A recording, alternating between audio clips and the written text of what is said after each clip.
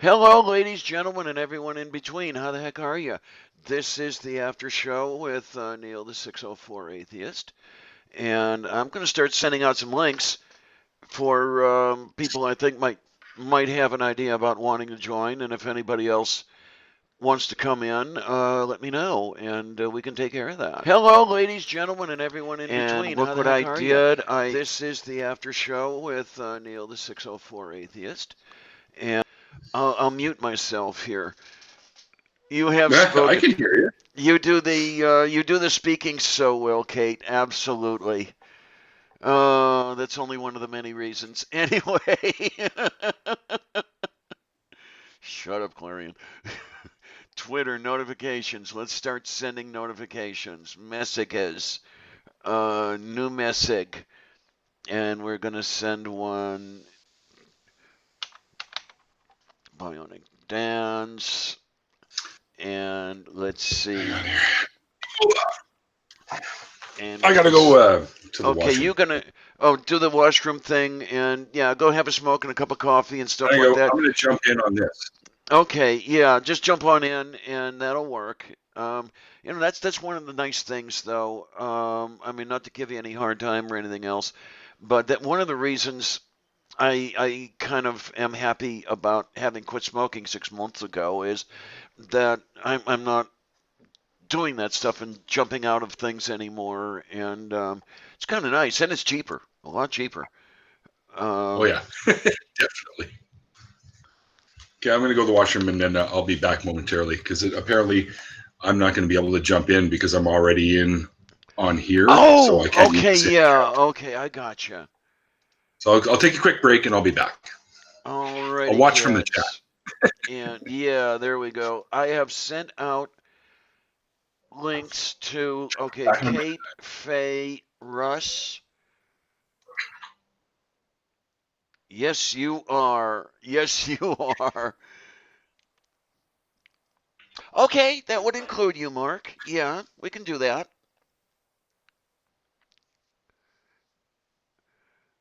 Yeah, I'm hoping that it gets interesting. I really do.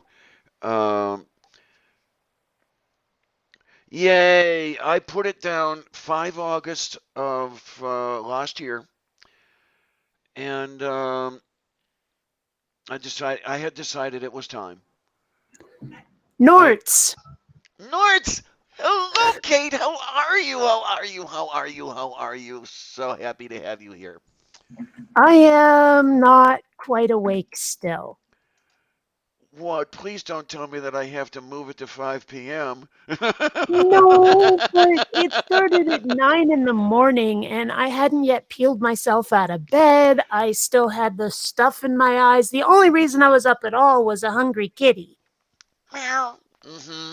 Hungry kitties will do that. It's like, yeah, get the hell up. I'm hungry. Feed me. I mean, the thing is, like, she doesn't always wake me up by pushing on my bladder, although that does happen. No, this time she tried to paw at my face, but her claws were out, and she got me right on the lower lip with a claw. And, well, I was not happy, to say the least. To say the least, because this one does that from time to time as well. So you may or may not have heard me commenting on live streams. Hey, those are sharp.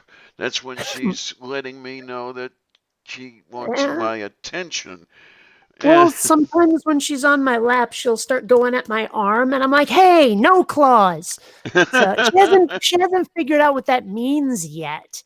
But when she claws at me enough, I pick her up, and you've lost your lap privileges. And well. Oh man, and yeah, that's the other thing I'll do. You may see me pick her up between the two sets of paws and set her over on the bed. It's like, you go over there for a while. Speaking of, where the heck did I know where she was? I know. Oh, that's where she is. I know she was in the bathroom because I can take a whiff of it and know that she was there. That's where the cat box is. Yeah, I can't, like, my cat box is in the bathroom as well, but like it's far enough away that I can't smell it unless she's done something really horrible. Okay. Although I make it my policy to empty her box out every other day, which usually works. But if I forget a day, she lets me know by peeing in the bathtub. So that really helps. This one, she does that. And the other one she does is if she's really pissed off at me, she takes a crap on the bath mat. Okay, that one doesn't happen. Not here. Okay, because yeah, when you were mentioning that you were far enough away from the cat box, yeah, just from here, it looks like your place is a little more spacious than the Lavender Studio over here. Well, it looks like you've actually got a studio. I'm actually living in a one-bedroom. Okay, well, so am I. I've got about 512 square feet. So are you in your bedroom right now? Because I see a bed. Okay, this is the way things work around here. I am in what the landlord calls the living room. Okay. I sleep out here because there's no room in what the landlord calls the bedroom. There's no room back there because there are 800 books back there. Oh, well, okay. That's the library. I just had to clear a bunch of shelves because I'm running out of space for my movies. Okay. See, the only way for me to run out of space for books is if my Kindle's hard drive is full. Okay. Yeah. Now I was looking at Kindles because Faye was talking to me about that, and she was saying, why don't you go Kindle? Take up a lot less space and everything else. And then I was starting to see things about Kindle books expiring and people not being able to read them once they had bought them and stuff like that. You know anything That about hasn't that? happened to me. That hasn't Okay. happened to me. I mean, I can't even imagine that happening. And even if it does, look, maybe this is like illegal as fuck, but there are plenty of sites out there to download books without buying them off Amazon, which actually is kind of necessary because not everything is on Kindle. Right? I Yeah, mean, there's a right. couple of Spider Robinson stories where I'm like, I want to read this again, but I can't bloody find it. Mm-hmm. So what are you supposed to do? Right? But no, I love my Kindle. It means I can read pretty much anything anywhere if I have it. And like I have so much freed up space. So it's I don't know, I find it pretty useful, actually. Yeah, because when I said that I have 800 books back there, I actually lied. There are closer to 850 books Okay. back there. I should count my DVDs and Blu-ray and see how many I have. But there's shelf, shelf, shelf, shelf, shelf, shelf, shelf, shelf, shelf, shelf, shelf, shelf, shelf, shelf, shelf. So yeah. The reason I can, with some degree of accuracy, mention how many books I've got. Do you know about a library thing? A library thing. Yes, it's an online site that one can use to Oh, you mean it's catalog. actually called that? It's called Library Thing. Uh, Okay. and you can catalog your books there. So I maintain a card catalog of my books on this Library Thing site. And yeah, I can go there and say, okay, this is how many books I have, and this is how much the female slimy bastard would have been yelling at me. You don't need all those books. And it's like, yes, I do. There was this meme going around on Facebook where it was like, you should only have 30 books. And I'm like, what are you fucking kidding me? Oh, man, I couldn't live that way. I have only one sentence to say to someone who would ever tell me that. You can fuck right the fuck off. There you go. There you go. Yeah. Because I could not live without the books. I don't have them open all the time. I do not have 850 books open all at once, me reading them all at once. But when I need to go to a book, especially reference, it's got to be there. I need it there. There is one book that will never, and I mean never, end up being made digital that I really wish would, and that's the novelization of Tron. That book is so amazing. I mean, if you love the movie, if you love the movie, it gives you so much of the lore. Like there have been things that I've watched, like I've watched that movie literally hundreds of times. I mean, no joke, hundreds. And I can believe it. And like there are so many things in there where I'm like, why did they do that? Because they're like just little things that never get explained, and the book tells you all of them. And I'm like, wow, this world is detailed as hell. And most people don't realize how detailed. What did you think about the sequel that came out not There too was far no back? sequel to Tron. You're talking to the lady who yes has some definite opinions about Tron. Yeah. No, I mean, let's put it this way. That movie that they tried to call a sequel left out so much. I mean, the programs all look different, and they didn't have that distinctive score, and they decided to change things just for the sake of changing them. And the worst part was putting Daft Punk in the computer world. Like if they were in the real world, I would have been fine with it. But these are real life musicians that are in the computer world. That does not fucking happen. No, sorry, no. So, I mean, I agree. They made a bog standard action movie that was not fucking Tron. Okay, so if you separate the Tron aspect of it, would you have thought it was a decent movie if it wasn't a Tron? No, the thing is, it was just like every other movie. It's like they did some sort of cut and paste from every other movie, where I just felt like, oh, I've seen this before. I've seen that before. I've seen that before. It's just all the standard tropes. It's not a good movie. Yeah, the only reason why I asked is because there's several movies that are sequels or added on of a already established universe that if I'm a fan of that universe, I can separate myself away from it if I don't feel it's concordant with the actual universe, and say, okay, as canon for the universe, it's shit, but as a standalone film, it's not that bad. Well, I'd find that really difficult to do in the first place. But even if I could, I mean, like take Mad Max Fury Road, for example. The whole movie is one big, long action scene. And I'm sitting here thinking, I'm just watching somebody else play a video game. I need a goddamn story here. Right? And that's how I felt about Rogue One also. I mean, halfway through the movie, I'm like, I don't actually know the names of any of these characters anymore. They're that uninteresting. Right? Never mind the fact that the movie did not feel like a Star Wars flick. It was not. And also, boy, am I pissed off about that name. A Star Wars movie with Rogue in the name had better be about Rogue Squadron, as in Wedge Antilles and X-Wings. Sorry, but they fucked up on so many levels that between that and The Force Awakens, I will refuse to watch any post-Disney Star Wars movie to the end of my days. Fuck it. No way. Gee, tell us how you really feel. Oh, believe me, I might. Don't get me started. I will burst into flames. Just saying. Well, I could listen to you for hours, but that's beside the point. Oh, man. But I see that our friend is not here yet. I'm not as big a critic.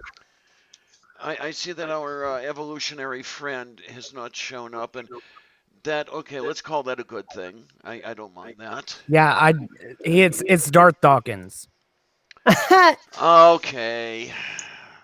I know. Are you kidding me? Yes, that's really who Darth Dawkins. Yes, that's Darth Dawkins under another you account that he has. He has like 3 or 4 of them at least. He has like that guy's an idiot. Yeah, he has like 3 or 4 of them at least, and he just goes and switches whenever people have already seen the one name so long. He'll go to a different one. And the only reason to need to do that is if people think you suck. Yeah. Yeah. Well, exactly. The thing is he always wants to debate people about these things whenever he starts off doing his whole entire pre-supper spiel. It's complete and utter garbage. presupposition to me is garbage in general, but his is like a worse garbage, if you will. Well, I mean, I'm guessing from his name that, I mean, like he invited me in the last chat, he invited me onto his channel, right? And from his name, I gather what he wants to talk about is evolution. And I'm sitting there thinking, evolution and atheism are not related necessarily, not by like automatically. Because it's not a default setting. Yeah, well, I mean, that's the thing is like I may not believe in Abrahamic creationism, but as an atheist, as someone who doesn't believe in a God, I could believe in some sort of creationism that doesn't involve their God. I don't, but I could. So if he's going to talk to me about evolution, like as an atheist, what do you think of this, that, or the other thing when it comes to, animals turning into other animals, etc.? I'd be like, dude, why are we talking about this? Yeah. Don't turn into birds. That's kind of shit. Yeah, he uses their miss shit or whatever. Yeah, he uses the same old tired out tropes that have been for a long period of time now. When was the last time any of us heard a new argument? Oh man, I mean, when I first started hearing arguments, at least here on in the community or on YouTube or whatever, they still weren't new at that time. I think the last time I heard a new argument might have been in the 1970s. Yeah. So well, I mean, my most recent video was a vaguely original argument, not really, but a little bit. It was like about Catholic guilt, but it's been a long time. Seen that one. I don't think I've seen that one yet. It's a good one. It's a good one. You should check it out. Yeah. Yes, well, absolutely, absolutely, by all means. I admit the feedback I'm getting about the new background I created, I'll take it on board. That's making some people seasick. I'll revise it and find another way to make it. Wait a minute. Was the new background on the Catholic guilt thing? Then maybe I did see it and I just forgot today that I'd seen it, because that was what I was thinking. Yeah, it was making me a little seasick. I can revise it so it's not swooshing around. I can just have it coming at you like that. It's possible to do. Okay, because it does make you do this a little bit. It's like you're going. Yeah. I do like the background idea. I've got sea legs, so it's okay. All things bionic dance in the background. That's great stuff, because you're, putting your name out there in more ways than one and everything else, and that seems to work. So yeah, just stay with that. Maybe just modify it slightly, and then we'll be over there. Yeah. At least, I mean, the problem with it was finding a way to maintain continuity. So, like, when the background doesn't, or when the background ends, there isn't this sudden into some like where you can see how, like, it's not seamless. That's the challenge. Yes. I never got the hang of seamless anything. Even the photographs that people do of the desktops or whatever you want to say, where they make the seamless photographs of jelly beans and all this. I never got the hang of how to do that. Well, if you have Photoshop, it's doable. I mean, it can be a pain in the butt if you're doing jelly beans, but if you're doing stuff like clouds or whatever, that's actually pretty simple. Okay. I mean, not that I had any call to use one lately, but they always intrigued me. Well, I mean, if you want pointers, I can give pointers. If you have Photoshop, I don't know how to do it in anything else, but it's really, really simple. Well, I run the GIMP, which is basically Photoshop Lite. Well, okay, maybe the function I would use is not named the same thing, but it should be doable. But if the idea is there, yeah. So, if I ever get around to wanting something like that, now I know where to go. Thank you. Yeah. You are so good. You are so good to me. I've been doing digital art for decades. I can make it happen if someone needs it. Yeah, and we're going to have to talk about that next week, because that whole digital art thing intrigues me and everything. I should come up with an intro for my channel too. Yeah? Yeah, I should. Well, Basically, I just do do the help with hangout thing, right? branding. So, Well, I know a couple of people who have some yeah. expertise in such things. I wouldn't know who one of them is. Do you have any idea, Kate, who one of them might be? I'm trying, I'm racking my brain, and well, And It's Peter's on the another. tip of my tongue. Peter's another one. He can give you a hand too.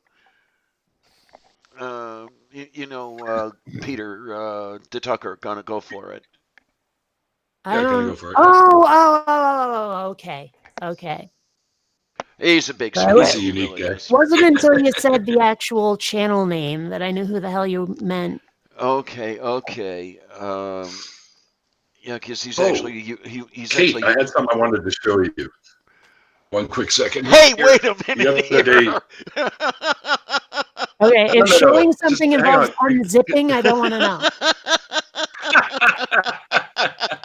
I wouldn't do that to you. Don't worry. But you were talking about Jar Jar Binks the other day and how you'd like to have seen him killed or whatever. A friend of mine who does art or used to do art for the Luke Skywalker Studios or whatever, the Skywalker whatever, he did a special thing up for me on request of a friend of mine who went and saw him signing autographs and stuff. So, and he made something specifically for me that I'll show you. Oh, yay. Now it's got a picture of Jar Jar Binks being shot accidentally by an X-Wing fighter. Oh, no. Right through there. Yeah, I'm going to try to fire right up the down other there. sheet here. Wait, show the picture again. It's the fall of Jar Jar Binks. He drew it up for me. Move it down a little, just down a little. Oh, okay. Oh, Because okay. I couldn't see the X-wing. All I saw was the TIE Interceptor, and I was like, wait a sec.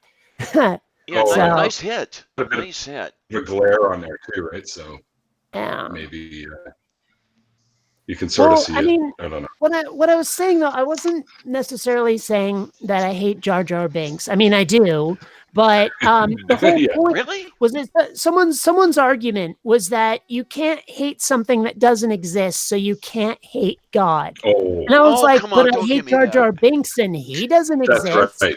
So That's right. That's how I yeah. got in there. I get so sick of that argument that you can't hate God know. unless you think he exists. I'm like, what are you fucking stupid over here? So yeah. Well, It seems I'm not too seems, happy with the people who invented God anyway. Okay, here he he's is. back. Yeah, Okay, he's back. so let's put it to a vote. Do we want him on the panel or no? That depends. Can we light him on fire? Well, I do have that kick button. Okay. Yes, evolution is false. I said I would talk to you about atheism on your show. So no, I don't think you should come in. Okay, that's one vote. He's got nothing. He's got nothing to contribute, in my opinion, because the argument is, like I said before, there is no fucking debate. So there's two. Deal with that. I mean, there's already a quorum. I'm assuming, Russ, that you're probably in agreement there, right? Well, the thing is his pre-supper is garbage, so no. Okay, so pre-supper. What is that like? Drinks and appetizers? Yeah, pretty much. No, you see that's a great pun, but no, unfortunately. If it were, then I would say if that was the only issue, then no problem, he can come on. But he's not that type of pre-supper. I mean, if you guys would want, we could some other day, some other time, put an entire show together and give Darth Dawkins his moment in the sun. I'm assuming it wouldn't last very long. Because why the fuck give these people any platforms? I think. Yeah, that's the other thing is. That's the interesting thing is you really shouldn't give them. No, hold on. I need to address this. Okay, fine. Yeah, no, we're not afraid of you. No, Darth Dawkins, we're not afraid of you. You're just complete and utter trash. That's why we've dealt with this. Okay, many so times, like and if he's gonna have his moment in the sun, someone give me a magnifying glass. Oh, I hear that. Okay. there are reasons, and this is one of them.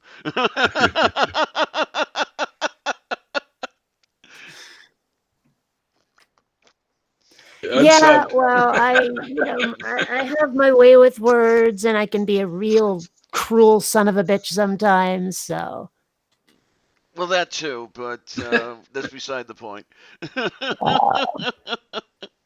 I do enjoy coming up with new ways to tell someone to go fuck themselves. Because let's face it, it is very difficult to come up with a polite way to say that. So why not get creative and verbose with it? Mm-hmm. Now, what exactly. DD is doing over here, I've seen this so many times, and this is really what boils my blood, is you really don't want to give them the platform because it's such a waste of time and energy and photons and all this other stuff. But what they are going to do when you don't give them the platform is what he's doing right now. Why are you so lacking in courage? Why are you so afraid? You really can't come up with a good argument. Yes, we have come up with the good arguments. We've come up with all of them, and you're not listening. I mean, SJ was doing this to us yesterday, day before. It's she invited me and Aaron Ra to come on her channel, and neither of us was really thrilled about doing that. And it's, oh, what, you're afraid of the arguments that we have all the evidence? No, SJ, we just think you're an idiot. That's all. I have not completely backed out, you stupid piece of shit. I told you I will come on your show. Your show. I haven't backed out of jack squat, dumbass. The thing is he doesn't ever have. The thing is he doesn't ever have content on his things because he doesn't do anything. All he does is he either goes on other people's show, or he goes on his own little Discord to try to get people to go there. Yeah, and it's not that we lack courage; we lack patience. I like it. Better. Thank you. Oh, do you mind if I write that down with the appropriate attribution and put that out there for all to see in, as a quote? That is perfect. That is beautiful. Why didn't I think of that? By all means. And dude, he's saying again here, asked several times and I back out. We were just talking in the chat on the show before this after show. I told you to DM me on Twitter. I said I would come on your show. Let's schedule it. Now I'm backing out because I'm not doing it right the fuck now? Really? Yeah. Oh, come on your Discord now. I'm in an after show now, dude. I said, message me on Twitter. We'll schedule something. What the fuck's wrong with you? Oh, man, that is a beautiful quote. I could give you a list. Wait, you said what the fuck's wrong with him? Should I answer you alphabetically? If you like. In fact, do it in song. Oh man, okay. He's saying anytime this afternoon, and I take it part of the reason he's saying this afternoon.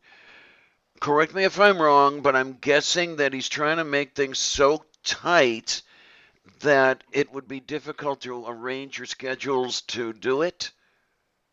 And then he claims we backed out again. Yeah, that's what I'm thinking. Okay, again, DM me on Twitter. We'll schedule something. Not this afternoon because I got plans, but maybe sometime in the coming week. Oh, look, I just backed out again.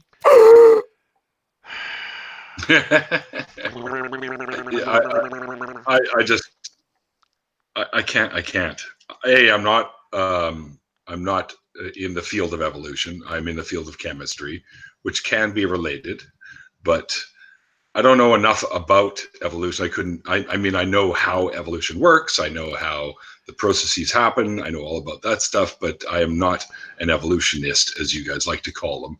I hate so that word. I would recommend going to talk to. I know. I know. What really gets me, I almost think that's what they think. What really but gets you can me go about talk to that Jackson word, or but what gets me about that word is I am hearing Aaron Ross start to use it. Oh no! And but he uses it in the right that context. I would like to punch his face. No, he's actually. Okay, I tell you what, I am now an evolutionarian. Okay, that works. That works. I like it. I like it. Oh yeah, I'm really triggered, buddy. Yeah, I don't. Yeah. You know what Fuck's it is? sake, DD, I don't come give a on. shit about you and your beliefs. So there you go. I don't give a shit. You believe whatever you want. Yeah. Yeah, and Right? there's my thing. I'm not that great a debater. I haven't done any debating in, oh Christ, over. I haven't done. I'm not going to say the numbers here because I blanch when I see them, but I haven't done any decent debating since high school. It's been a while, so I'm more for the discussion format than I am the debate format, and that's not Yeah. happening today either. Well, that's one of the reasons I don't like to do live shows. And I'm still going to do yours, Evolution False, but I don't really like it simply because I'm put on the spot. And it sometimes means that I can't remember the facts necessarily. And that's why I like to do Exactly. it in video form so I can do my homework and make sure I'm not talking out of my ass. Right. Yeah. And then I've had a lot of people say, well, you're just a coward because you won't do it live. I'm like, no, I want to give you a good argument. I want to make sure that we're discussing something that's not bullshit. Yeah, I But mean, when I was in high school and doing the debating, we had card files full of citations that we could just go reference when we needed to. We had it all written down, ready to go, and not necessarily so in a show today, for example, were we to actually cave to this guy. I mean, we've got all the stuff. Is that we would just have to go look it up and bring it out so we quoted it correctly, made sure we crossed all the I's and dotted all the T's. You know how it goes. And they pick that up and say, no, you're just afraid. You don't have anything, and it's no, it doesn't. No, that does not work that way. well, that's one of the things I miss about YouTube before Google bought it. Is there used to be a video response function where you could post your video, there'd be a little thumbnail underneath Yes. their video. Mm-hmm. And like that was a way to keep continuity, to keep the thread going, where people could click on your video, watch it, click on their response, watch that, click on your response on that video, and so on. It was so much easier. Now you post a link to your video in their comments section. Most people aren't going to see it, and it might get into their spam filter, and it just doesn't work anymore. Yeah, definitely. I remember that function. I was not a YouTuber at that time, of course, but I do remember people using it, and that was such a good function. That really, really was. I also miss the 5-star rating because nowadays I don't usually hit the thumb up because I'm not necessarily saying I 100% approve. You know, I mean, being able to give a more nuanced rating to say 3 stars, 2 stars, 4 stars, that actually reflects my opinion on the video. I miss that too. Yeah, I miss that too.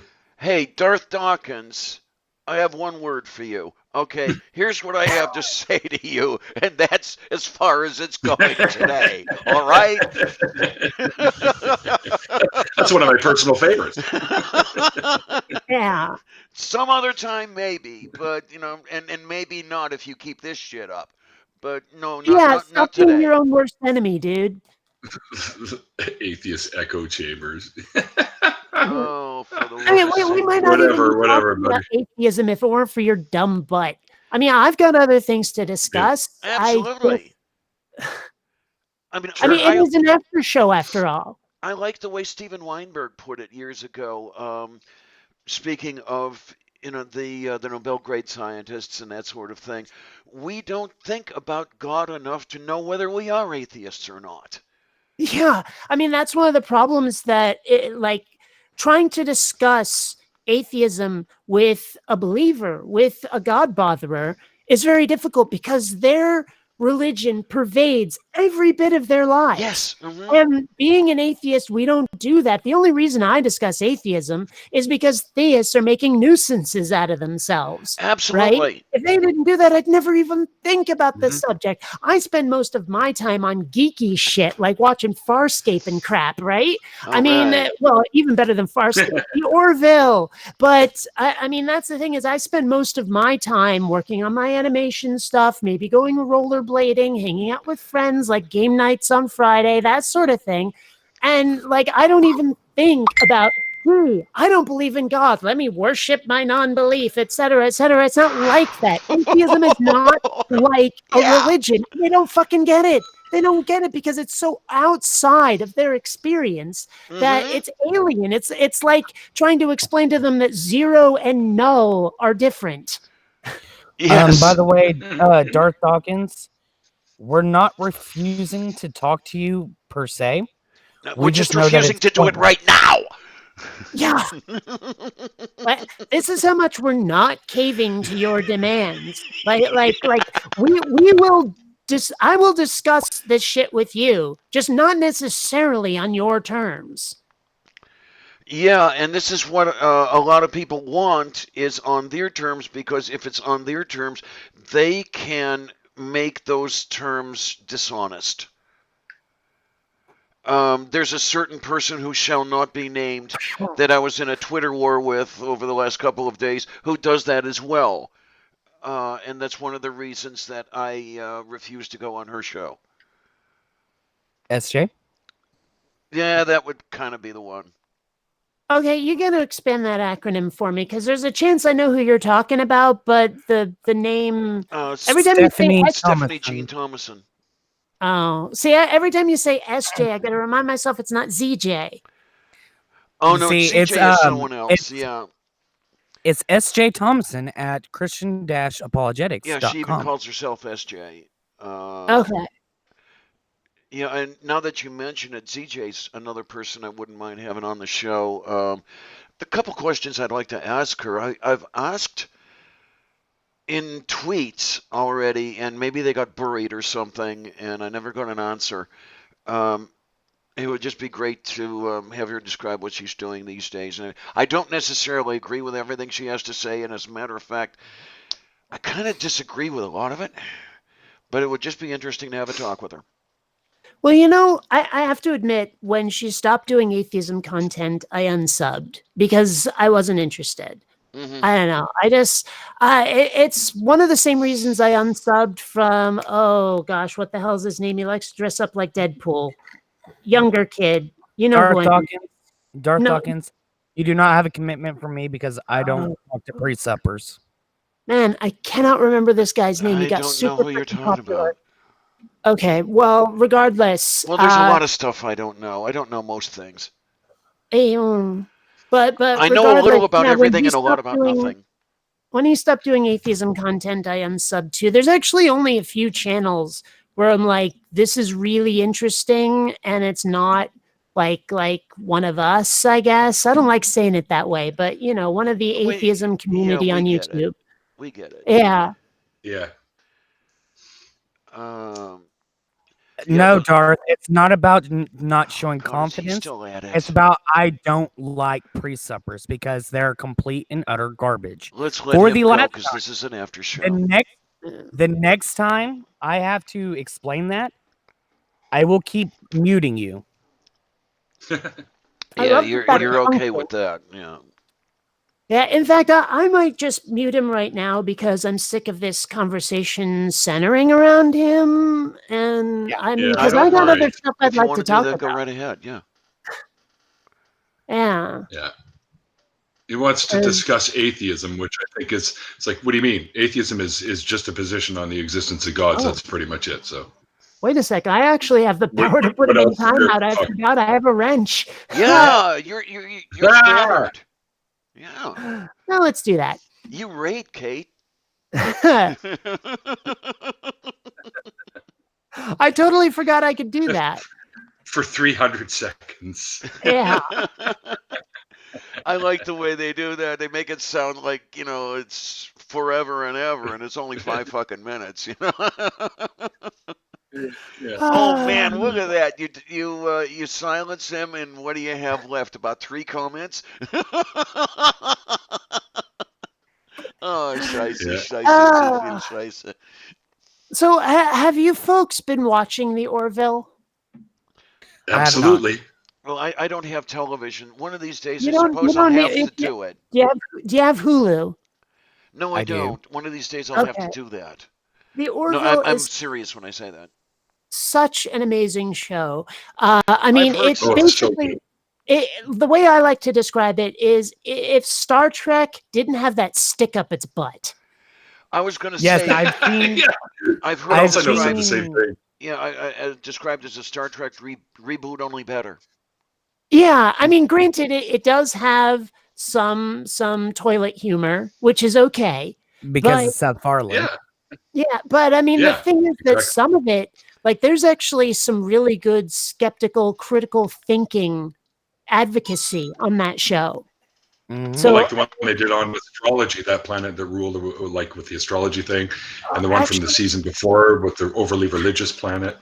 I actually didn't like the astrology thing only because it had some massive plot holes, right? Like I'm sitting there going, why didn't you try this solution to get out of it?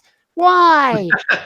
but I mean, the most recent episode, the one with Isaac and Dr. Finn, that was freaking brilliant. Oh my gosh, I loved that episode so much. Yeah, I've only seen like the first 2 or 3. It's great. Well, it's worth it. It's totally worth it. And they have it every week on Hulu. Like, you don't need to have TV. It will give you the next episode. Yeah, the main reason I don't have things like Hulu or Netflix and that sort of thing is money right now. I am a bit tight on cash. I mean, I vaguely remember when I got Hulu, it was like $11 a month. Even that's a little tight for me right now. Give me a couple months and it'll be better.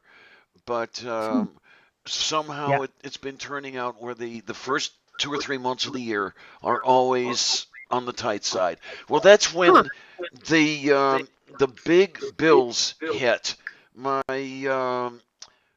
Washington Post subscription, my my web hosting thing, a couple other things where you're putting out 100 and a half at a time, and it gets just a little tight until about March, and then it loosens up a little bit.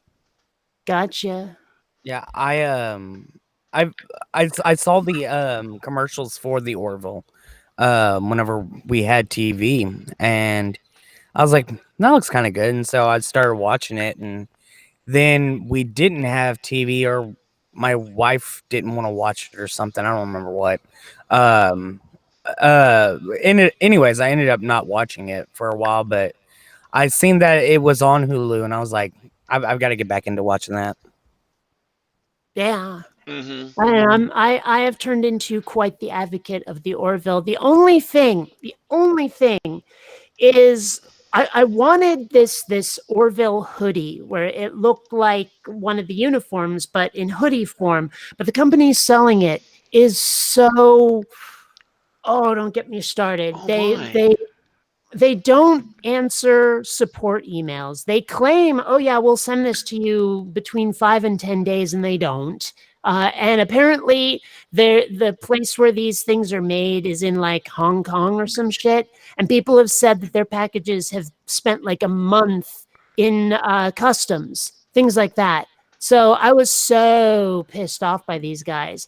I mean, the number of people on the Better Business Bureau where their rating is like, they're going, I had to put 1 star to rate this, but seriously, I want to do less. And it's like a bunch of teenagers decided to do some fan service for the geek community out there and got in way over their heads. The number of like links on their website that take you to a 404 is crazy pants. So seriously, don't.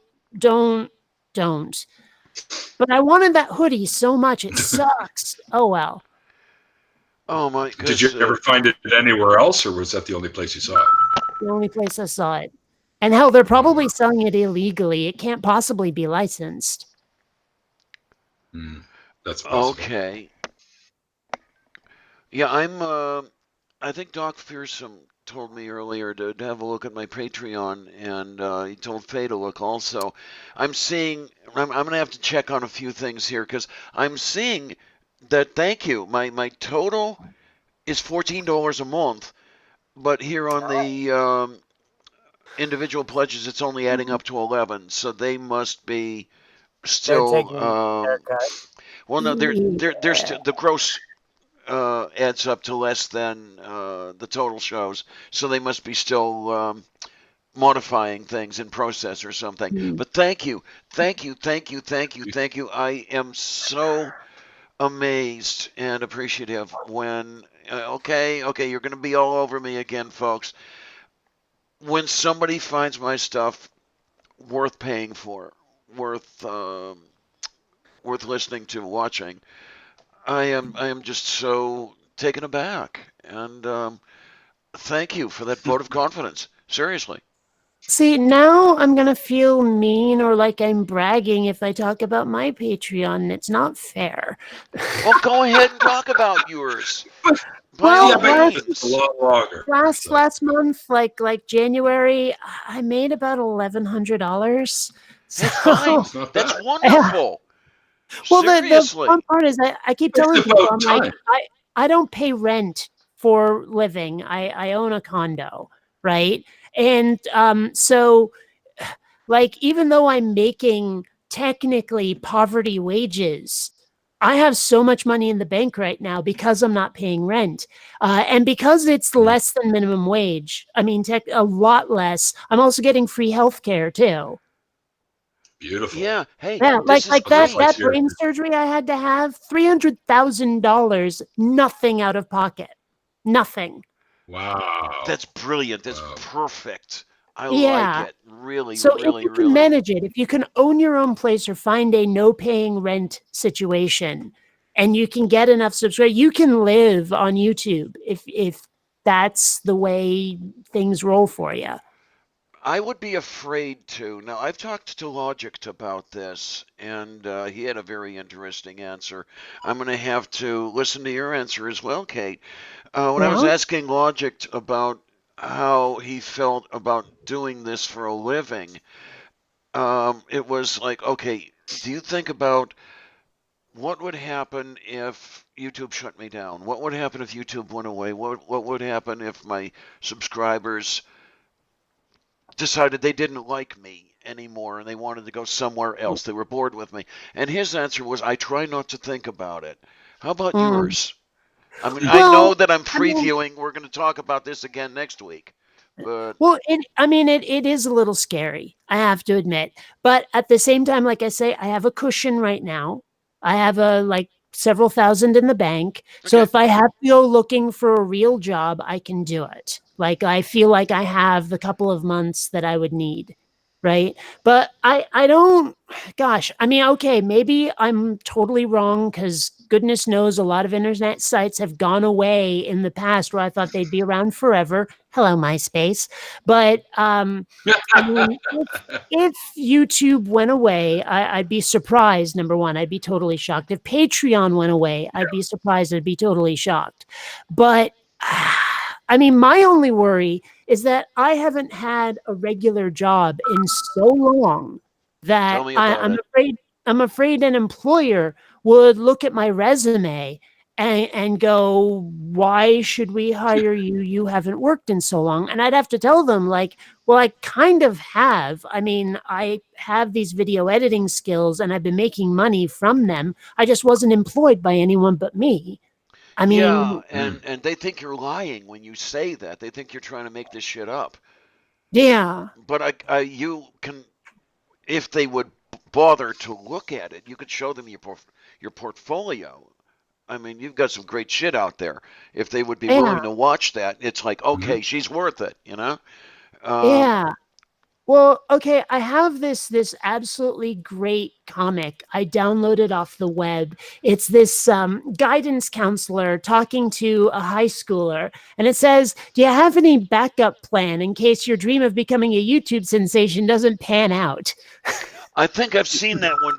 Did you post it on the Twitter or something? Almost certainly on Facebook. That's probably where I saw it then, because I remember that single panel comic. I do. It has to have been from you. Yeah, so, I remember Facebook. I don't go there very much anymore. That's the comic right there. And I don't know, it amuses the hell out of me, because let's face it, there's probably a ton of kids out there who are like, I want to be the next I want to be the next PewDiePie or whatever. Man. And it's harder than it looks. Like it might work out for 1 to 5% of these folks. And I feel so bad about it. But at the same time, I feel like I should have more subscribers than I do. So, in fact, the number of times someone says in my comment section, how come you don't have as many subscribers as fill in the blank? I'm like, oh. Yeah, I've seen it. Yeah. I'm actually the opposite. I'm surprised I have as many as I do. Okay. Well, you and I both. It's okay, Russ. So are we. I like that. That works. I like it. Yeah, I look at my subscriber count every so often, and I'm like, damn, there's 400 some odd people that find me somewhat interesting. Damn. Yeah, that's something. I mean, let me hit the button accidentally. One thing that really helps out is if you can get a shout out from someone with a lot of subscribers. I mean, I might not be as successful as I am. If really early in my YouTube career, I hadn't gotten a shout out from Non-Stamp Collector. Like, I still remember that day. I had 500 subscribers, and then I wake up to 500 emails. I'm like, did my spam filter break? What the hell? And then I noticed subscribe, and I'm like, what the fuck happened here? And then I saw my shout out on my subscription list, and I was like, oh, wow, that's wow, right? So if someone shouts you out like that, like if Logic gave one of you a shout out, you'd probably get past my subscriber numbers in a week. Let's not get carried away. Well, I had somewhat of a shout out from Godless Engineer. I had him do a little spot for a video of mine, and he used the same video he made for me and put it on his channel. And he sat there and said, before he showed the video, he said, I did this for Frustrated Atheists. So if you are watching this now, but haven't watched his, go watch his first, subscribe to him, and yada, yada, yada. And then he went on with the video. And I was like, oh, that's awesome. Yeah, John's pretty cool. I have to admit one thing, and maybe I'm just being stupid about this. I don't know. But every now and then I'm in one of these chats, and I try to remember someone's name. Like my memory for names is shit because of that whole seizure thing. But like I go to their channel and I'll watch and I'll go, this guy's really good, or this chick is really good. But I've known them for so long. If I subscribe right now and they get the notification that I subscribed and they go, why the fuck weren't you subscribed already? I feel bad about it. Right? Look. And so I don't subscribe. And I'm like, but now I'm being an ass. Kate, this is what you do. Damned if you agree, damned if you don't think. This is what you do. What you do is if you did subscribe to them and they ask that question to you, just sit there and say, I don't know. I thought I was subscribed to you. I guess YouTube kicked me off. And, yeah, there were people that I thought I was subscribed. I hear that YouTube does that. That YouTube will unsub people. I've never seen it happen to me. I mean, to anyone I'm subscribed to. I've checked. No, but you don't explain all that to them. You just say, I think they unsubscribed me, and that's it. Well, who was it, Neil, that was giving you if you like them? Well, who was it that was giving you such a hard time, Neil? When was it Twitter when you were trying to follow me? Excuse me, where you couldn't follow me, or you did, and then you'd get thrown off. Was that Twitter or YouTube? I forget. I remember we had a bit of a rough patch there at first. For some reason. Oh, you know what that was though, Dan? That was when I was shadow banned, and I couldn't resub, or I couldn't So it was during that period that I had a shadow ban. Okay, fine. Did we all get shadow banned when we first joined up or something? No, they thought I was posted the same statement a few times in a row on different people's comments. It's all like, haha, you made me laugh kind of thing. I just copied and pasted. They thought I was a robot or something. They shadow banned me a couple of times. I want to point because something of the way I was following people. I have to point something out real quick. It was an article that I just came across. Well, it's not an article, it's a picture of an article. A Florida man who blew himself up by trying to microwave a microwave. What? What? Yeah. Where did he find a microwave that could fit inside another microwave? I don't know. But there's some pretty big industrial size ones. All I know is that he tried to microwave a microwave, and he blew himself up. What an idiot! Well, See, there's now the I'm dark thinking of that think was gonna scene, happen? I'm thinking of that scene in, I think it was Pump Up the Volume, where this girl took like all of this metal shit and put it in the microwave, and the door flew off and hit her in the nose. That was Pump Up the Volume. Oh my! I knew it was either that or Heather. Great movie. Oh wait, you know what? You might be right. It might be Heather's.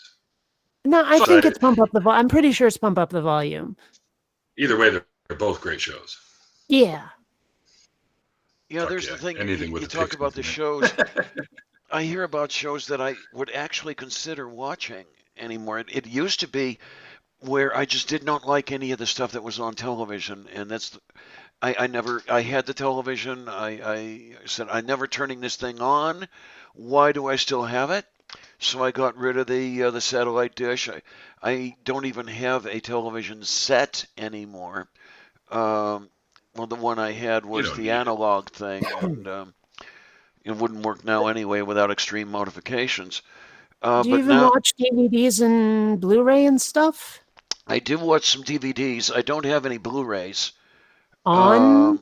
What do you watch them on if you don't have a TV? I put them on my machine and watch them that way. Yeah. Through through VLC or something like that. Okay.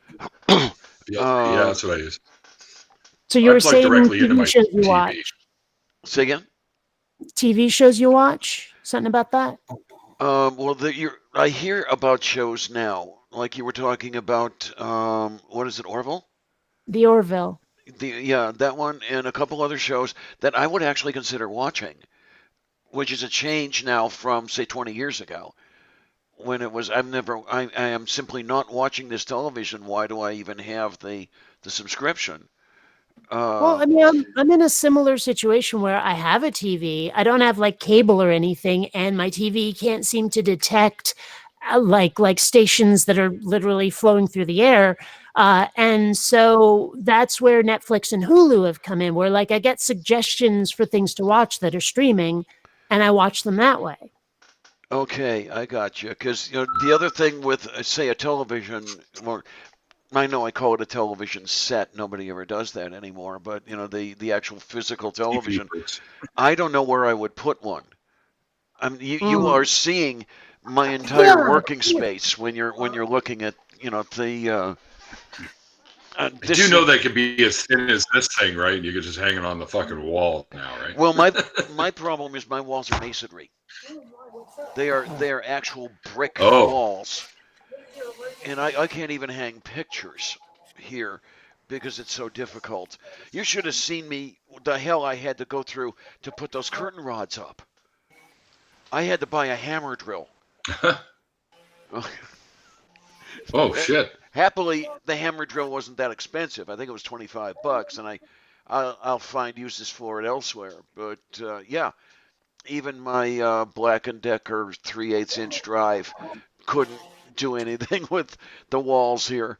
But well, I was fucked up. Who? What happened? A complete stranger. It says his cell phone won't work, wants me to call the police because people are after him. I don't know. I don't know. But he kept pressing the emergency button on his cell phone, and it didn't work. And I was like, dial 911, dude. So I don't know. Now he's knocking again. That should always work. Now he's knocking. I can't. I wouldn't trust that one any further than I can throw it. I'm just. Especially, this is the interesting thing here. Years ago, I wouldn't necessarily have thought that much about that sort of thing. But since the transition, I'm a lot more careful about a lot more things. And that's something. Mm-hmm. Yeah.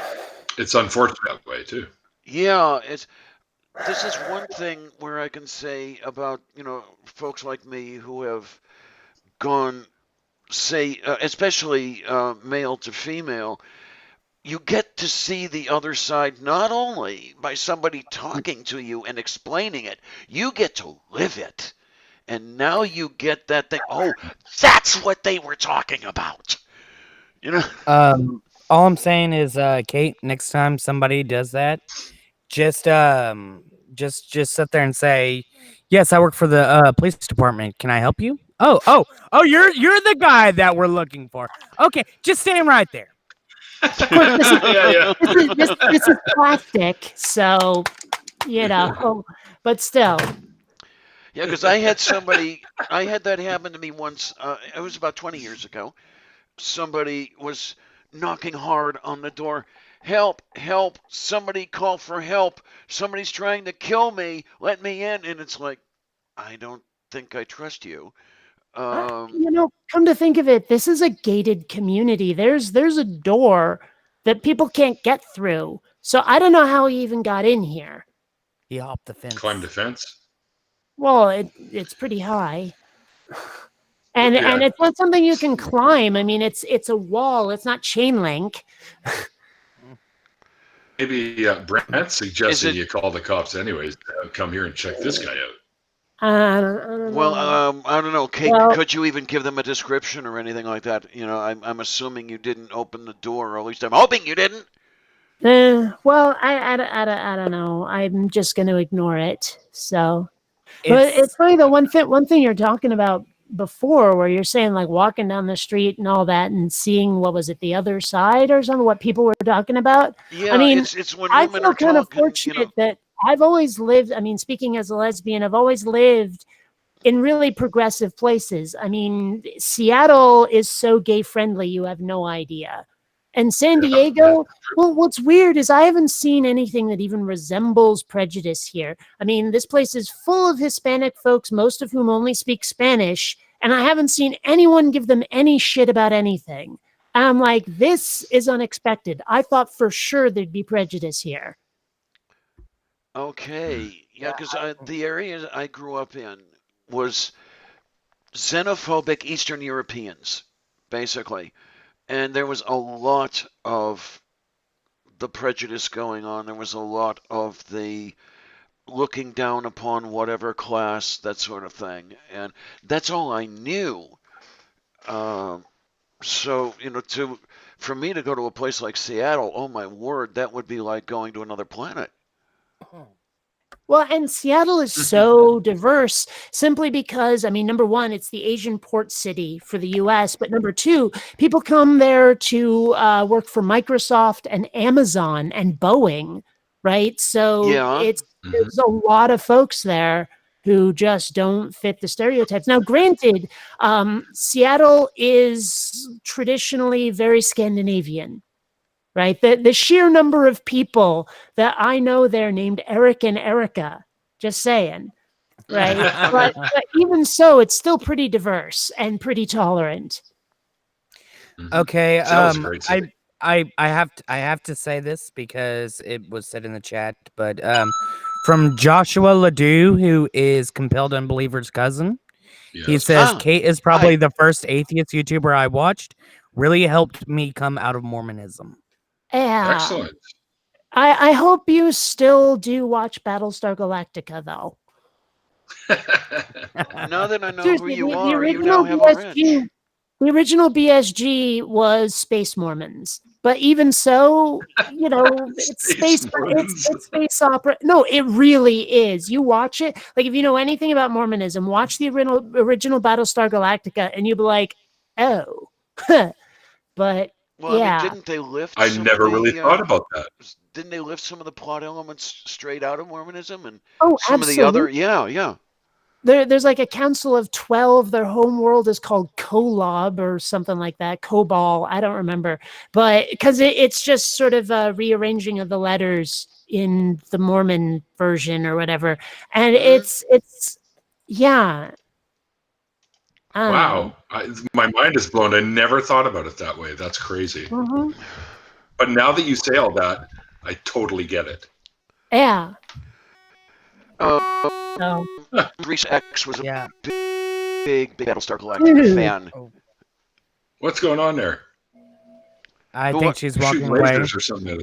Oh, okay. Was it making noise? Yeah. Give me Yeah. half a second here.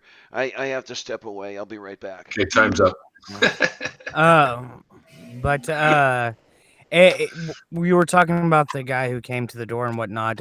It's actually quite funny because there was over here in Texas, probably about a year or two ago, this lady was going door to door. Not in my area, somewhere farther up northish. She was going door to door asking for help, and asking to use a phone.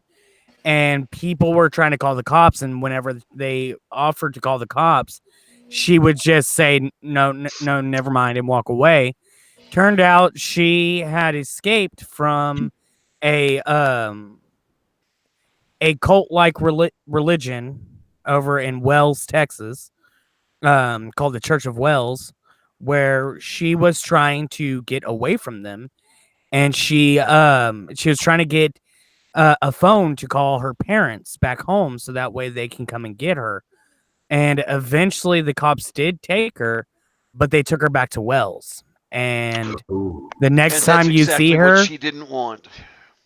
The next time you see her, she's on a video camera, and Dr. Phil saw the footage of her speaking, and he said she was saying how she wants to be there and yada yada yada. He's like, her words are saying it. He's like, but her body language is saying, "Help me, get me out of here."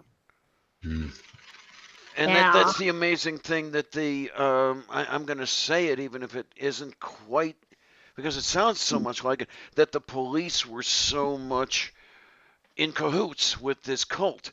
It's like, okay, we'll take you right back to them. It's not the fact that they are in cahoots with the cult. What it is the fact that was her last residence. And because they can only take her back to her last residence because she wouldn't speak to them, that's where they took her. So okay. Well, she could have spoken to them, though. She could have, but the thing is when you're in this thing, you are not. How can I put this? You're afraid of everything and everyone. Everyone who people of authority. People of authority are not your friend. Well, I have to admit, I've never been anything even remotely like that situation, so I will defer to your explanation then.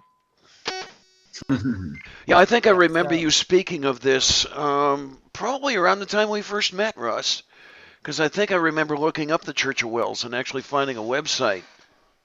Yeah, their biggest rise to fame was the fact that was two things. Because the leaders of the Church of Wells, they actually had been members of Joel Osteen's church. And then because they didn't like the prosperity gospel that Joel Osteen teaches, they decide to cause havoc one service and was calling him out as a false preacher and yada yada yada. And then they get kicked out and they move up to Wells, Texas, where they bought this little place of land. And the leaders have been in and out of jail several times. And it's due to their whole entire preaching in being loud about their preaching in public areas that without like permits and things like that. Like they were going to court, and outside the courtroom were yell preaching at people.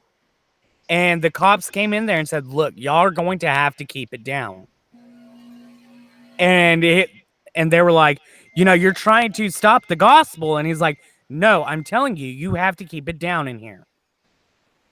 Yeah, that whole persecution thing. It's like, yeah. Man. And then their second rise to fame was being on Dr. Phil, because a guy was in Austin, and he was preaching the gospel on Halloween, where they invited him back to their compound, and he willingly went.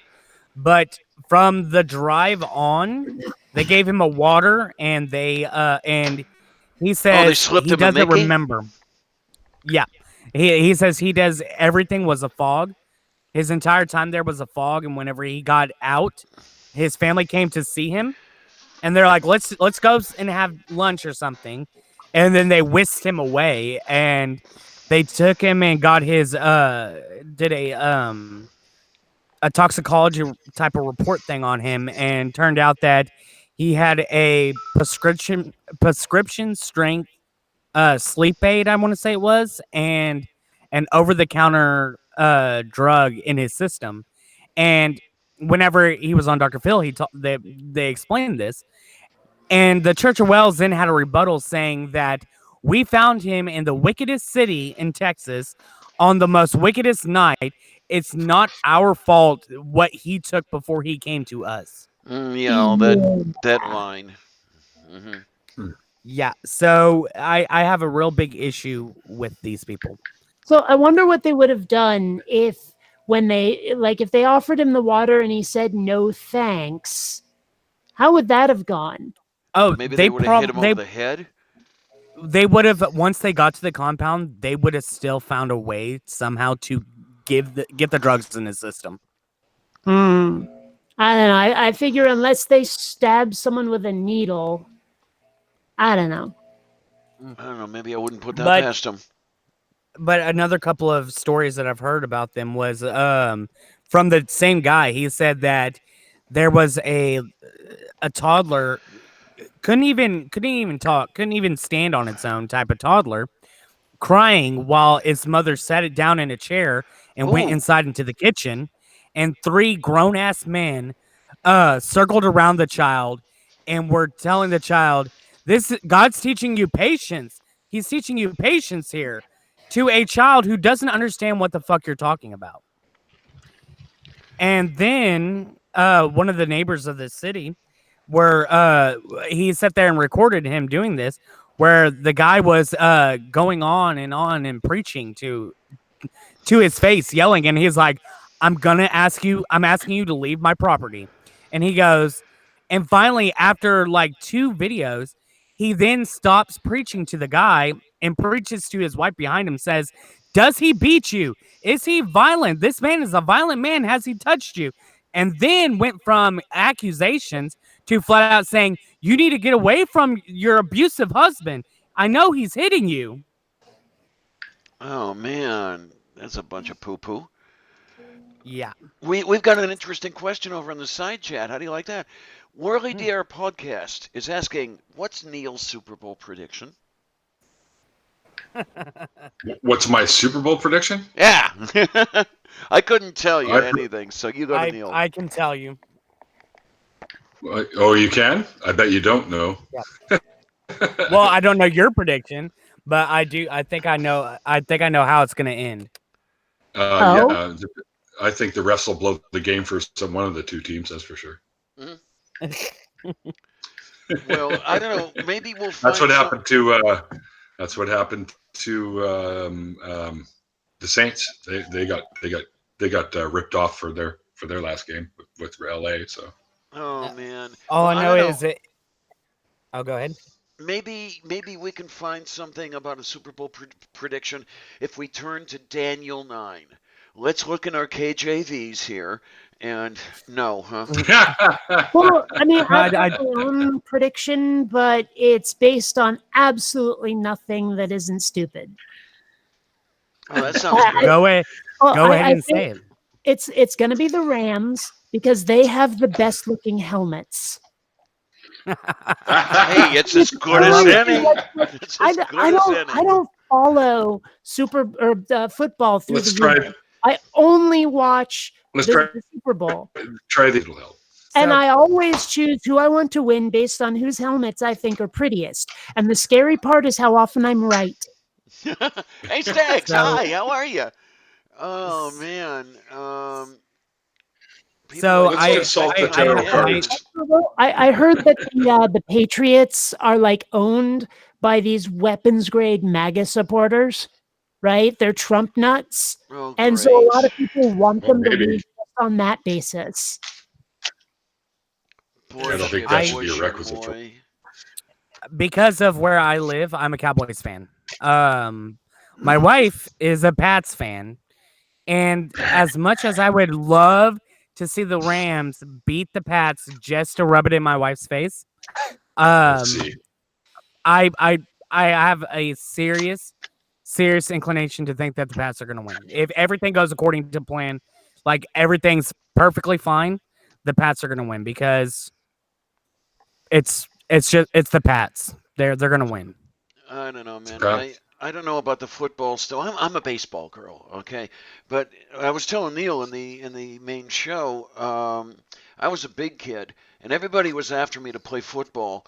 The thing is that like George Carlin, I couldn't see the point of 11 guys lining up against 11 other guys, beating the shit out of them and taking their land.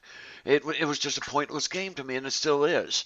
I mean, I suppose I could go a long way rooting for the underdog Browns or something like that because I am a native Clevelander. But it's like, no, no, no, no. I like my Washington Nationals. I like my baseball sitting out in the summer sun, with my hot dog. Say again? I said go Stros. Okay. Yeah, but the Stros are in the wrong league now. That's the problem. We really need to exchange the Astros and the Brewers. You've heard my Star Trek baseball story, yes? No, I haven't. I've got to hear this. I've got to hear it. So when I was living in Seattle, a friend of mine had an extra ticket to a Mariners game, and I was like, sure, I'll go. But the reason he invited me was because it's just an exhibition game. It's not actually it doesn't count. Now I remember the story. Mm-hmm. Right. But it was called the Turn Ahead the Clock game, where they dressed up the studio to look like it's the future. Everyone has futuristic uniforms and stuff. And so they said, and now to throw out the first pitch. And these doors at the back of the stadium open up, and this DeLorean drives out onto the field. And the door opens up, and out steps big fat Scotty from Star Trek to throw out the first pitch. Nice. That must have been okay. Yeah. That must have been all right. Yeah. That was interesting. No, I mean, baseball's okay, I guess. It's a little slow for my taste, but it's not a bad sport. Yeah, I call it chess on grass. It's much more fun playing. I'd rather watch Quidditch, but that's just me. Okay. Well, I think I said it earlier. When I was young, I wanted to pitch. I wanted to pitch in the worst way, and unfortunately, I did. So it didn't get me too far. Maybe had I tried to be a catcher, I would have got somewhere. But don't go taking Matt anywhere it doesn't belong. Okay. Once. I mean, unless you were playing in a field of rye, you can't be a catcher. Oh man, I'll tell you. That book. I'll tell you, I read that book when I was, let me see now, I was in 7th grade, so I was 11. Yeah, that would be right. I was 11 when I read that book, and I did like it at the time. I tried to reread it about 5 years ago, and I put it down saying, why did I like this book then? I know that feeling. Because it was just so stodgy and icky. Well, I don't even know what it's about. I've never read it. Catcher in the Rye, isn't that the same book that caused someone to kill someone else? I don't know. Yeah. The main character, Holden Caulfield, is a young kid who complains a lot, and the entire book is Holden Caulfield complaining. No. I'm saying that there was somebody who read Catcher in the Rye, and they thought that it was a message to them to kill someone else. I don't remember who the person was. I don't know that story. No. Weird. Yeah, it's either that movie one. On that, actually. It's one of those classics you're supposed to like, and it's like, put this away. I hate to say this, but another one like that was When Worlds Collide. I read that when I was 13. I loved it, and I read After Worlds Collide. I tried to reread it maybe about 10 years ago, and the dialogue was just so stale, and it didn't go anywhere. It was just a big treatise on basically eugenics. Okay. Well, yes, I mean, yes. that's the thing is I recently bought and watched the original movie because I'd never seen it. And I have to admit, maybe this is really stupid to me, but I honestly thought that the title was like metaphorical, that it was more about when cultures collide. No, it was but real. No, apparently it's Okay, planets so talking to each other. But here's the thing. I couldn't help but notice at the very end when they're all on the spaceship going to the new world, every last person on that spaceship was white. Every last one. Yeah, like so mayonnaise on white bread. so I looked it up. It was John Lennon who was killed because Mark David Chapman he identified with the novel's narrator that he thought that it was a message to him to kill John Lennon. That's just so weird. Yeah. Yeah, and it's like if you really want to read the book, go ahead. My suggestion would be don't waste your time. But like I said, it's one of those classics you're supposed to like because if you Like don't Little like, Women. It's funny. yeah, It's funny because as I was looking that up, Jags put it in the chat. Well, yeah, he put that in there.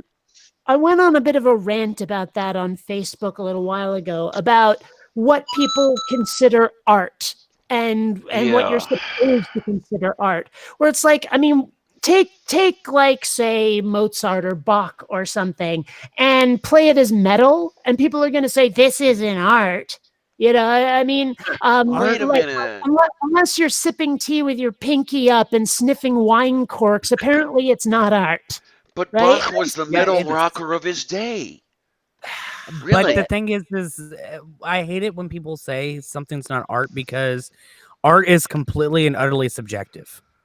What one person finds as it is. Well, I've used this. I use this example that I could listen to a piece of Beethoven and absolutely find it amazing, while someone else could hear it and be like, "This is complete and utter garbage."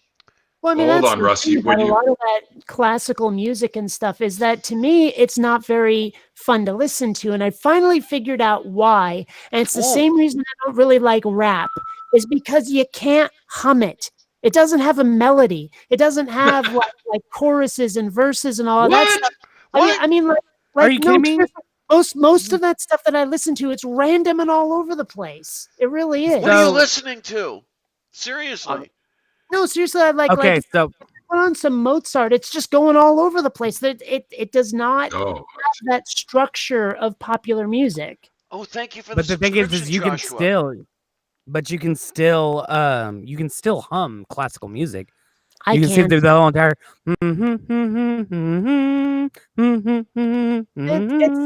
It doesn't have that same structure, and I need that same structure. Now, I mean, if you take orchestral music, like say movie themes, then I'm okay with it.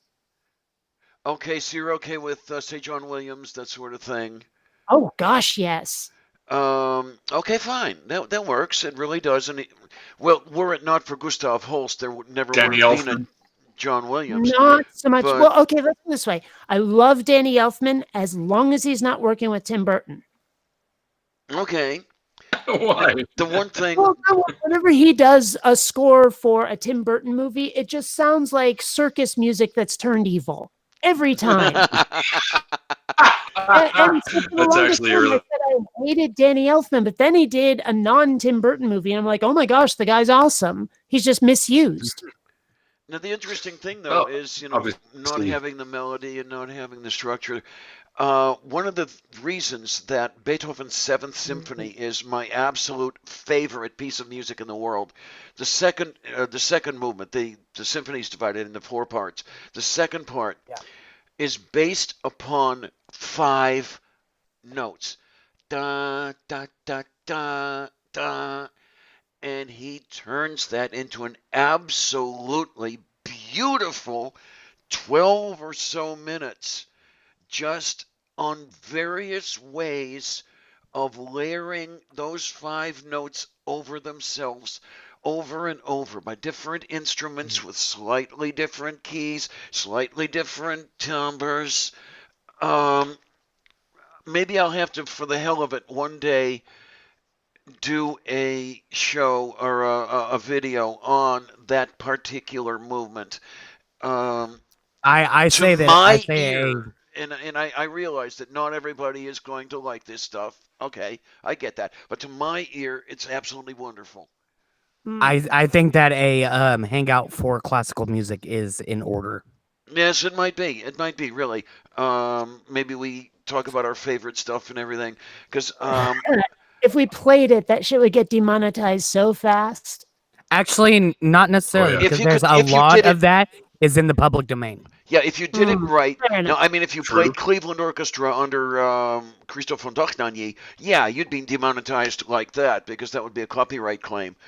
But there's a lot of the stuff that's public domain. You can do all kinds of shit with. Well, consider my videos. Coffee with Lavender, the show that was just on this morning. That's from Bach's Coffee Cantata. That warm-up music that you heard. Another one from my Sunday streams when I did those. The warm-up music was Pachelbel's Canon in D. Now, see, that's some classical music shit that I actually really like because it has that structure. It's got like a specific tune, and it's not all over the place like the other stuff. Okay, I get where you're coming from now. Yeah. And then like my Vox Rationis, which I have another one that I need to shoot later on. Well, I'll get some sleep first because I've had three live streams and an after show within 24 hours. But that one is the scherzo. Dedication. Yeah, what can I tell you? I love my work. I love you guys. Come on, really and truly. But the scherzo from Beethoven's Ninth Symphony, the third movement, opens my Vox Rationis series. It also, by the way, years ago, was the opening to the Huntley Brinkley News report. A little piece of trivia there for you. Yeah, so there's... Oh, in my cooking show, the one that I haven't worked on in God knows how long, Mozart's Piano Rondo in D. Of all places, this is crazy. When I did get married officially, at my bachelor party, a friend had a bunch of us over the house, and we were supposed to watch porn movies and drink and all this stuff. But while he was changing movies, Hopscotch was on HBO. And we ended up watching that, and he's getting all mad because he was looking all around for all this porn so we could watch it. And we're watching, oh, it's a bunch of Mensons, doing the bachelor party. What do you expect? But throughout that film, there was the Mozart Piano Rondo as background music, incidental music, which I fell in love with. And if you ever want a nice little tune, Mozart's Piano Rondo in D is something really fun to listen to, if you don't mind. Well, one thing that's really awesome that I found a while back, and for some reason I can't find it anymore, maybe it got punted off of YouTube or something. My absolutely most favoriteest song in the entire Western universe is Fading Like a Flower by Roxette. And I found an orchestral cover of it, and it's amazing. What? Yes. What, did they do it for like Muzak version, like a Muzak sort of thing? Or? No. I mean, this was a full-on orchestra. Wow. And by the way, awesome. Staggers and Jags makes a very salient comment here. Pachelbel's Canon in D is the root of all pop music. He is absolutely correct. That is the chord progression that you find so often in popular music. Mm-hmm. Well, I think it's 1-4-1 or something like that.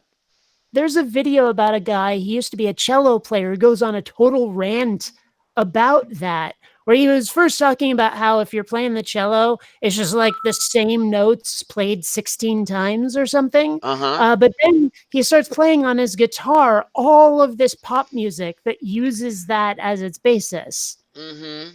And Doc Fearsome, oh man, I remember, and I am so sad because I do not have a piano anymore. I could play the Moonlight Sonata. I was even getting to the point where I was starting to get fairly good at the final movement, the third movement, which was quick and fast and all over the place. It's like hammering all over the keys. That was one of the very first pieces I fell in love with as a young child. Somehow I was lucky, and somewhere between 0 and 5, I became exposed to what I call formal music, because to me classical is a period. It is Mozart and Haydn, that sort of thing. But there's really no name to encompass all of that stuff, so everyone just slangs it to classical. Right. I have no real complaint with that. It's just what I do because I'm weird. Well, you know how weird I am, Kate. I mean, cheeks. All of you guys know how weird I am. It seems there's a lot of Johann Sebastian Bach that's public domain. Yeah, there is. Well, there's a lot of Johann Sebastian Bach. So yeah. I mean, Hell, even the first and second minuetos from the 41st Symphony of Mozart is public domain. Okay. See, now I wonder how public domain it is if it's a specific performance. That's when it's not.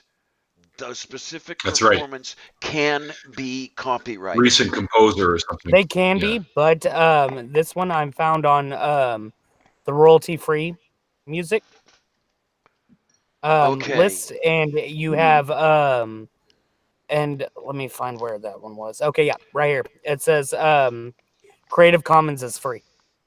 Yeah, because for example, with the Cleveland Orchestra, especially under von Dochtany, Sony holds the copyright to everything that was recorded, that they recorded for Sony, which I think was their only, well, not their only thing recording, but one of the very few. I think Cleveland Orchestra recorded with Sony, Telarc, and maybe one other. I know too much about this shit. I know.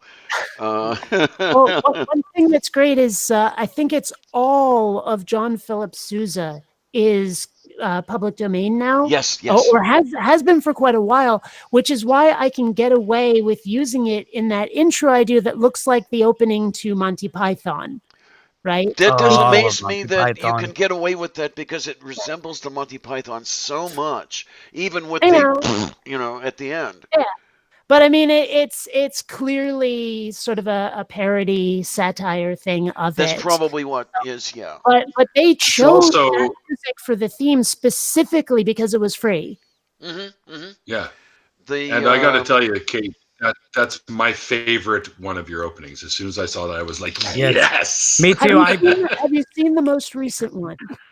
Yes. I haven't, but I've seen to me, the timing of the wording and when the words pop up, I'm watching it and it's like Bionic Dance. and then it takes like a good few seconds for presents to pop up, and I'm just like that throws off my the thing where when you see someone talking but their lips aren't moving and then it's that lag, it throws that off for me, and I'm like no, stop, just watch the damn video. Well, I mean, I did do my best to get the timing exactly the same way they did it in the Monty Python intro. You did. So, it's so good. Yeah. I love the intro. Don't get me wrong, I love it. It's just that I like I said, that one little part of my brain that likes to sync everything up with what's going on just goes off, and it's like, hey, that's not right. And I'm like, shut up. Watch the damn video. Yeah, there you go. There is this website out there. It's called Juke Deck. That is absolutely amazing. Like if you've ever found a music, like a random music generator out there, it usually sounds really, really fake. This site will generate music for you that sounds completely real. I mean, you have no idea how it is. And that is where I got the music for my most recent intro. I made that basically custom. What did you say that was called, or did you say it was called something? Juke Deck. Duke Deck. No, juke, like a jukebox. Juke Deck, okay. Juke Deck. I am going to have to go there and see what kind of stuff they've got. It sounds wonderful. It really does. You know, okay, my writing on the backs of envelopes, you know how it goes, like that whole thing. They have a lot of different genres you can make. Also, there's like music, like movie sort of style, like action movie stuff. They have J-pop, they have rock and pop, they have folk, and all kinds of stuff like that, where it will generate these different genres for you, and it sounds amazing. Wow, this is yeah. I tried writing a music generator years ago. God, that's not easy at all. I I had to have a funny story about Monty Python. I was working nights one day, and on my It's way snowing here. from oh snap. What? Yeah, He said it's that's snowing weird. there. Ooh. But I was on my way to the barn to go check on my horse because my wife said he wasn't acting right. So I went to go check on him, and as I'm driving over there, I'm watching, but not. I'm more listening to Monty Python as I'm driving, and I get there, and I'm watching it for a second, and the the girl who runs the barn is standing right outside my door, just looking at me. I have my back to her, so I don't see her. And then finally, I just so happened to look up, and she's there, just smiling at me. And I'm like, "Holy shit! What the fuck?" I was like, "What the fuck is that?" And she's like, "Well, I saw you were watching my Monty Python." And I was like, "Yeah." She's like, "You seem like the type of guy who watches Monty Python." I was like, What does that mean? "Okay." Okay. I don't know. I don't know. I was just like, "Oh, okay, yeah, it's funny. I like it." Yeah. My most recent ex gave me the 15 disc box set one Christmas, so I was a happy people. I think it was the 3 years of the television shows that they did, and yeah, they've got some of the best skits ever. But Kate, the one thing that I really like from your stuff is the Assassin show for Patreon. I Yeah, love that one. I The had way the so much way it fun. ends. Yes, yes. Oh man, when I thought of that one, I was like, "Oh, I am so doing this." So yeah. Well, I think one of my That's favorite Well, fun. endings of your everything stuff you touch turns to was when gold. you're blasting everyone in the robot, Oh the yeah, giant yeah, robot the blasting. Battle Mech outro. Yeah, Yeah, yeah, yeah. I need to come up with some more story-based ones. They're a lot of fun, but they're not the ideas don't always come quickly. I was I had such a great time making the Star Trek one. One of my favorite things I ever saw you do was that clip for the Peanut Butter Wars thing. Oh That was just yeah. Oh, yeah. hilarious. Well, you I'm know what's funny is the ones I spend the most time on, where it's like this amazing animation, as far as I'm concerned, get the fewest views. Weird. Isn't that just I a was kick like, in the butt? I just have a question though. For that We video, need to share it more. did you just find a royalty free video of people running, or No, that was me. where did that from? That I was the one running. I animated that. Oh my god, because I saw all these different people running around, and I was like, she must have gotten a Oh, video and oh, just layered that. that on. Sorry, I thought you meant at the end where I'm running from the aliens. Oh No, no, no, no. the people running like that, those are actually the folks who attend the atheism booth that I do on Saturdays. Oh my god, that's awesome. The Balboa Park. Yeah, Okay. yeah. Yeah, So that's awesome. I'll be right back, guys. I don't know. Oh, thanks It for the was a warning. fun little project. Took me a really long time to make, but it was still fun. Did you sit there and just say, "Look, I'm gonna ask y'all to do something really, really strange, but just go with it"? Well, I mean, I told them, yeah, please run in fear, but I mean, I don't I don't remember if I explained it or not. I think I just told them it was for a video. Nice. I just find it. I just find that the fact that this is video that you shot of actual people. This wasn't just some random video you found of some like one of those kind of what's the word kind of Stock like footage. a well a Stock footage, yeah, stock footage of someone running, and then you can just add whatever you want to it, type of thing. I find that the fact that you actually went and filmed it and did all that that's awesome. Well, Well, when I someone mean is that's one dedicated to thing a that's kind of work, funny is the number of times people look at something I've done and go, "Oh my gosh, that was amazing! How could you do that?" And it's like one of the simplest things I've ever done in the world. Like as in, it didn't even take a lot of skill. It just looks impressive. I mean, I don't know. well, I guess that would have to be the best kind of work, wouldn't it? Where it really doesn't, you think it doesn't take that much, but it makes a great impression on somebody else. And is it the case where you're sitting there thinking, God, something so simple would be so profound? It's great, or Well, I don't know. I mean, I think because I've been doing it for so long, I take it for granted. And so when I've made something like that and people react to it, I'm like, huh, okay. In fact, I've noticed that the more you take something for granted as far as constructing it, the more people respond to it. When you put so much effort into something and it felt like so much work and you think it's going to be a masterpiece, it's amazing how often people don't give a flying fuck about it versus the stuff that was super easy. okay. It's weird. I don't get Yeah, it. I guess that kind of could be kind of deflating. Um, Yeah. but Well, I'm not to that point yet. So I'm not that good yet. So I'll wait a while before that happens. I mean, I've got this animated project that I am pouring my heart and soul into right now, and it might take me a good year or two to finish it, but I have a horrible feeling that it's going to get like half as many views as my other stuff, and I hate that.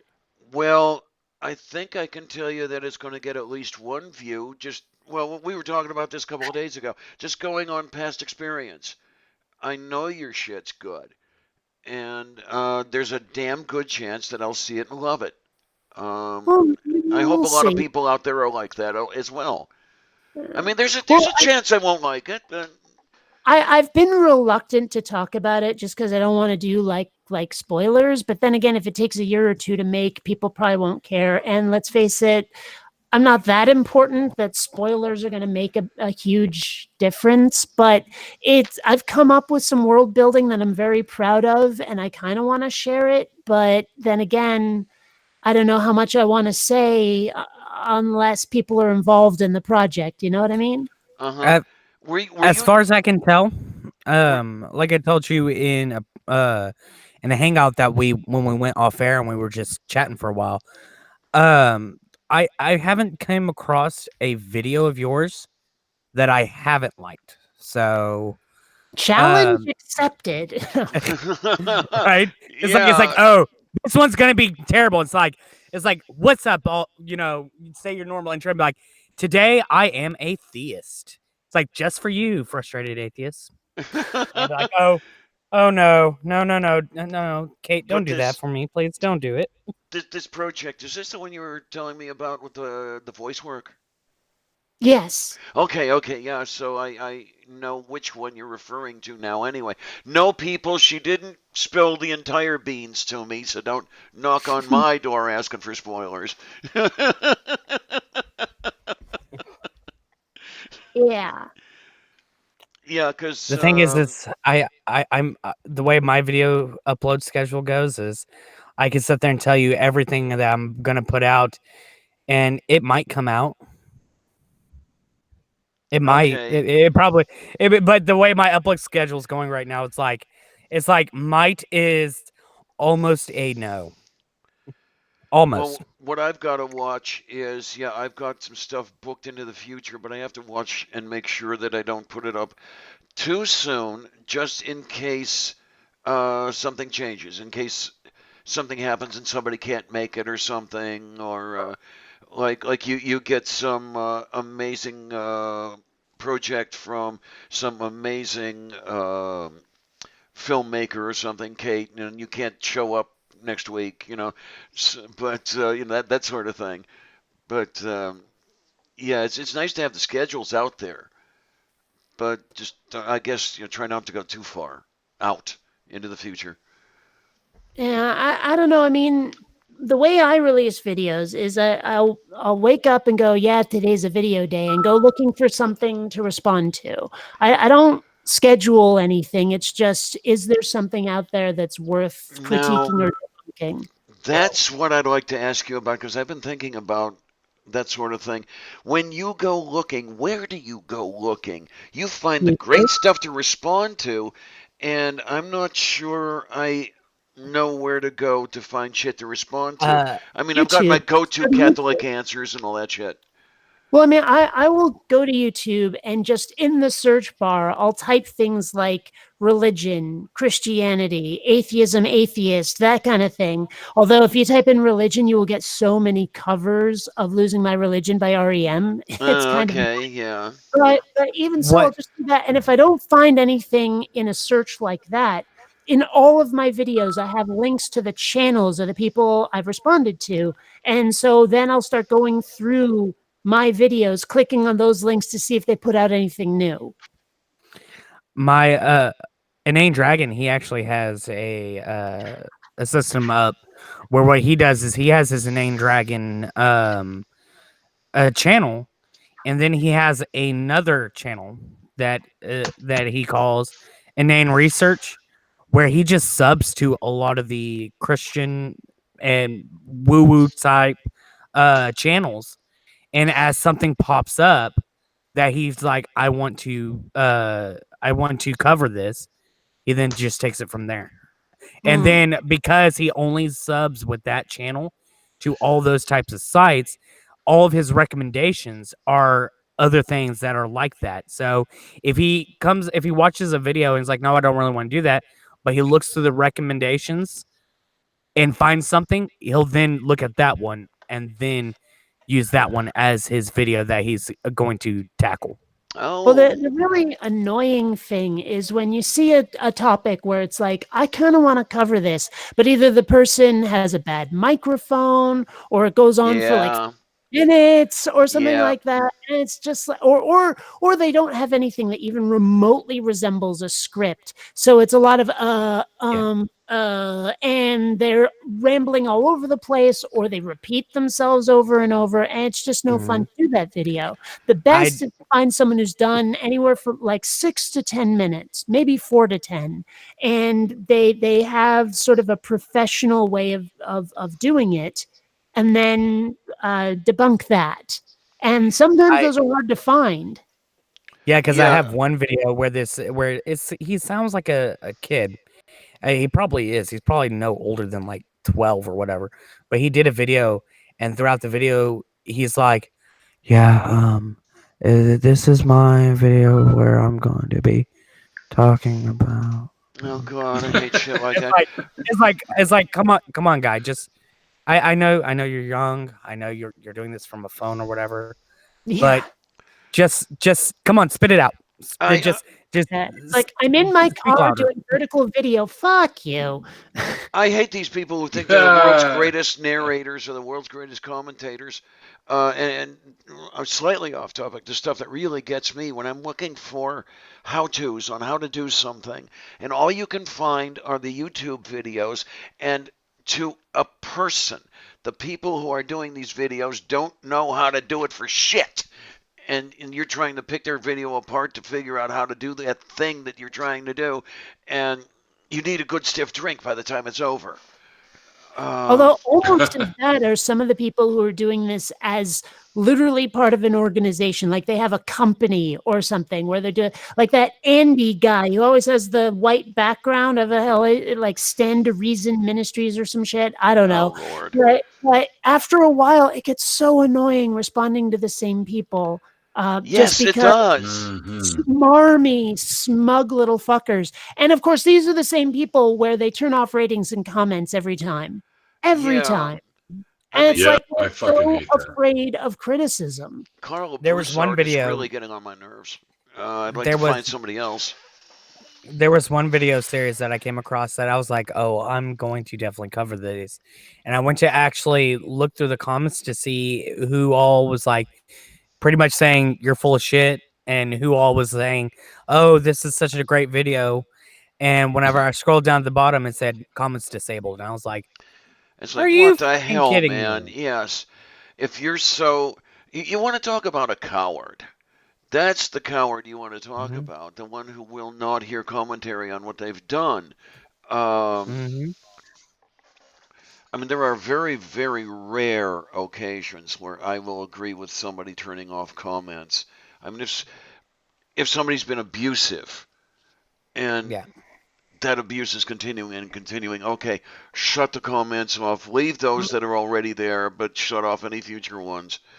Um, but yeah, If, oh well. if anyone like their entire comment is nothing but insulting my looks or something like that, Oh I will gods, I will block them and delete the comment because it's not relevant. But other than that, yes. I have Mhm. seen some of those in your videos, and God, they tear my heart out. If I can say that myself, well, I already have. But the what really gets me are the people who do the ad homs. I mean, to start Well, it's out. fuck. It's post something worth to the conversation, or get the fuck out of here. I mean, yeah. And I there are mean, some I've if you're starting your comment with an insult, what makes you think I'm going to look at the rest of your argument? yeah, and there If I ever Exactly. put out a lot more videos and start getting those types of comments where people are just ad homing me, what I'm gonna do is I'm just gonna do a video where I pull out my favorite ones. Well, right. I'll pull out I'll do a video and pull out my favorite ones, and if if the first line is an ad hom, I'm just gonna be like, "That's nice," and just go to the next one. That's and nice. what really He really has a paragraph long. He has a paragraph long thing that starts with ad hom. I'm like, all I do is zoom in on the ad hom and like, that's nice. and what Not really give a shit really about what you really said. really breaks my heart is when some of the ad homs leveled against you, Kate, are so common that they start turning up in Google search bars. Oh, You know the ones I'm talking about. I do. I Mhm. do. And it just infuriates me. I am so sorry, but it does. Um, Yeah, well, people are assholes. It's the internet. What do you want?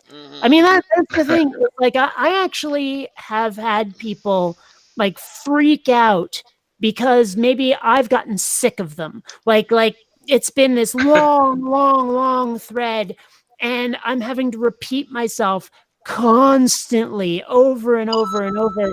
And finally, I just say, like, fuck you, fuck face. I'm done with you. Mhm. And then they're like, "Oh, so you don't have an argument?" I was, oh, geez.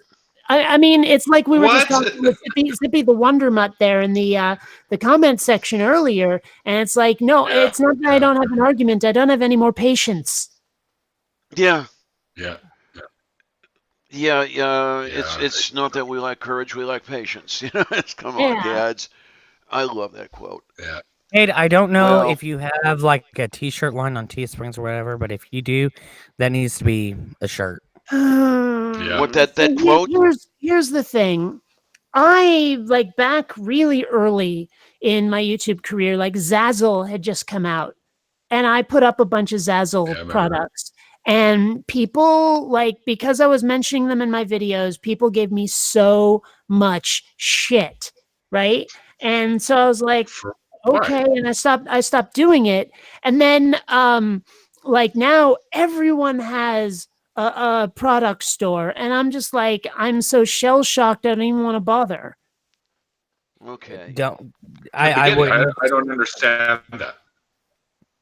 because what the way the people see it whenever someone starts starts pretty much shilling out products that they are pushing, they call it, they try to see it as pandering, and you're just like, oh, look at you, you know, you're just blah blah blah blah, and just they find it, especially in the beginning of YouTube, they really found that stuff kind of wrong, to be pushing your own product type of thing, like as if it's Well, like, if you don't, who's gonna? I'm trying to make money here. Well, there You're you exactly. go. It's like, I'm trying to make money here. I don't know what you're. You can go Yeah. fuck right the fuck off if you I got two find words for you. it This one and offensive. this one. Exactly. I don't know. It's just I I didn't don't even have know. to see that to know what you were talking about, Neil. I don't even want to bother putting stuff out anymore because it seems like I I would mean who knows maybe I totally buy a but fucking Bionic Dance logo shirt. I would wear You know one what? right Hey, here. You know I'd what? wear one. I I'd buy a set, a full dance. As soon as I found the this is money. what I will do. This is what I will do. I will make a Bionic Dance Teesprings, and all the proceeds will go to Bionic Dance. well I'll think about it. I'll think about it. Because I mean, I mean, look. seriously, one of the things I do want to do is find the money to buy T-shirts from many various content creators, Yeah, and actually wear the T-shirts on my own shows. And maybe if Geek I ever Room, do something, say right? again. What? Can't Oh, see it. Geek Room, Yeah, the Geek Oh, Room. okay. yeah, you went GE, totally right? black there. There you are. Okay, yeah. And Right. I've got a I mean, couple. I support other channels I because I have that's to. what, I've especially got if we're all friends in the community too. I've got one Apologias shirts. I've got Matt's He's on my T-shirt. list. I, Uh, I My probably one's get on my list. I probably get sued to fuck if I actually put this out for other people to buy, but I did make a Bionic Dance t-shirt and also a wall scroll that looks a lot like the cover to Tron, except it's Sandra and Dewey. Yeah. So Yeah. I do want to say one thing. I want to repeat what Jag said in the chat. He said you're gonna get negative comments for anything you do. So Yep. even if you do a t-shirt store, and if somebody does try to get all negative about it, just pretty much shrug it off as if it's like the well, people who do the ad homs. but that's the thing yeah. though, is I didn't just get some shit from one or two people. The entire YouTube atheist community landed on me. Oh well, Every And that's the thing. Okay, is at that point in time, Yeah, everybody maybe. across YouTube, everyone across YouTube, it didn't matter if it was atheistic or whatever. Everyone across YouTube was getting shit for creating these T-shirt stores and creating and having other sources of revenue that they are pushing I on never their got thing. shit for having my Zazzle store for my other channel. Yeah. Oh, Anyway, hell, oh, even if you can see it, that's the bionic dance thing I invented that's supposed to look like Tron right there. oh my god, that is awesome. I And would That wear needs to that. be a T-shirt. Is that a wall okay, so I'm scroll? gonna have to wait Is for that the what that money is? to see. I made that as a wall scroll and a t-shirt. That's awesome. Yes, That I is would yes, that definitely is yes, I would very wear that. pretty. I love that Well, one. I'm convinced though that if I tried to sell it, I'd get sued at the ass by Disney because Disney is so overprotective of their shit. Yes, they Well, are. the thing is that looks like it's That's not theirs though. changed enough. Well, no, Tron is now. The new Tron movie was a No, Disney no, movie. No, the original was but Disney too. that's not Tron. Yeah, No, that's what I was gonna say. Was but that it looks enough like it that they'd probably get snippy. which if they did, all you would have to do is say, this isn't Tron, so I don't know. I don't give a It's damn not what you that say. easy. I Warley, can almost guarantee you that Disney, unlike Lucas was like, if you want to make fan films out of Star Wars stuff, please do. I want to encourage the next generation of filmmakers. Here's a whole bunch of Star Wars stuff that you can use. I mean, he did that. He supported the fan film community like you wouldn't believe. I have Yeah, a feeling that totally. Disney is going to start going after people who made fan films during that era because they don't want people trampling all over their product, their license. yeah. Hey, Disney is a bitch about that. Disney is the reason why the public domain has gotten so fucked up. yes, it is. They really screwed everything up with the public domain, and that is not a good thing at all. No. Oh, Warley Dr. You were asking what happened to the aquarium. When I moved here last year, I had to break the aquarium down and bring it in, and all my livestock died when I did that, unfortunately, and I just haven't been able to set the aquarium back up again because it is a little pricey. Um, one of these days, when I get the other finances taken care of and the money is there, I'll set up a very heavily planted aquarium and get that going again. But that's not I had this week. 7 tanks at one time. Say again. I had 7 tanks going at one time. You sound like a friend of mine. 85-gallon. Oh my word! 85-gallon with Oscars. I would love to have a 75 in here. 2 tropical tanks. There are 2 problems with a 75. Is number one, I have nowhere to put it, and number 2, one person cannot wield one of those things.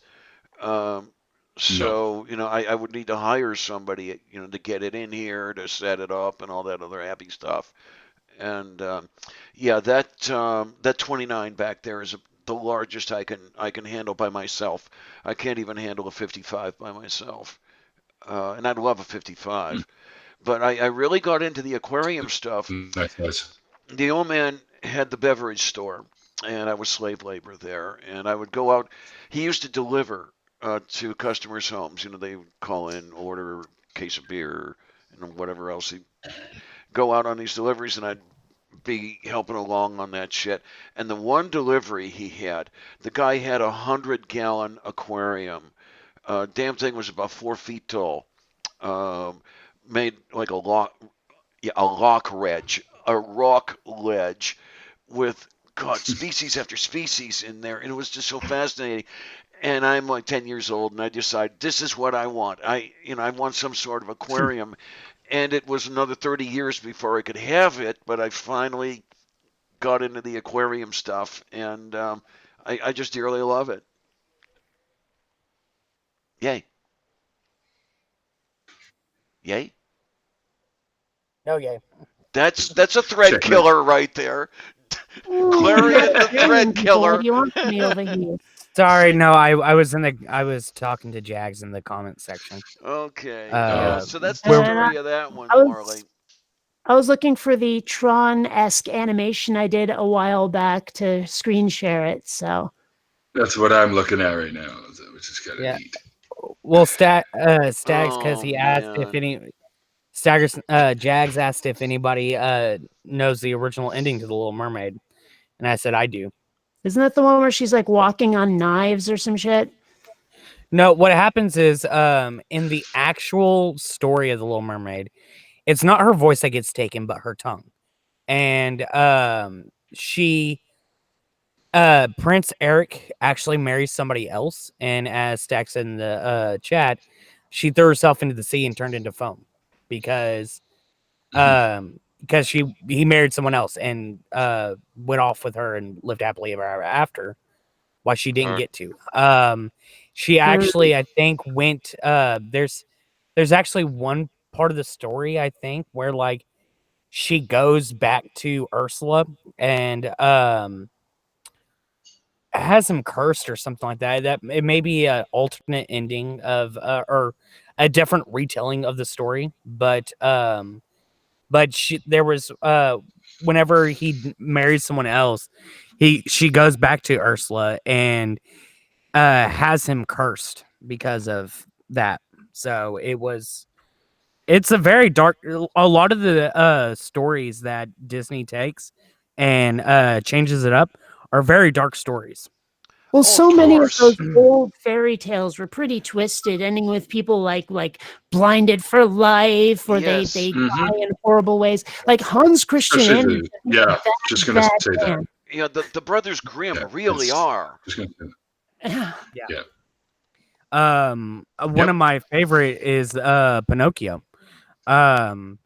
Pinocchio's actual story was short stories, where it was a puppet that came to life that always did these bad things, and in the end, he always died in some way. There's one where he actually hung himself from a tree with his own strings, and it was all because the writer of the short stories of Pinocchio absolutely hated children. All right. Great. He absolutely hated children, and he thought all children were terrible.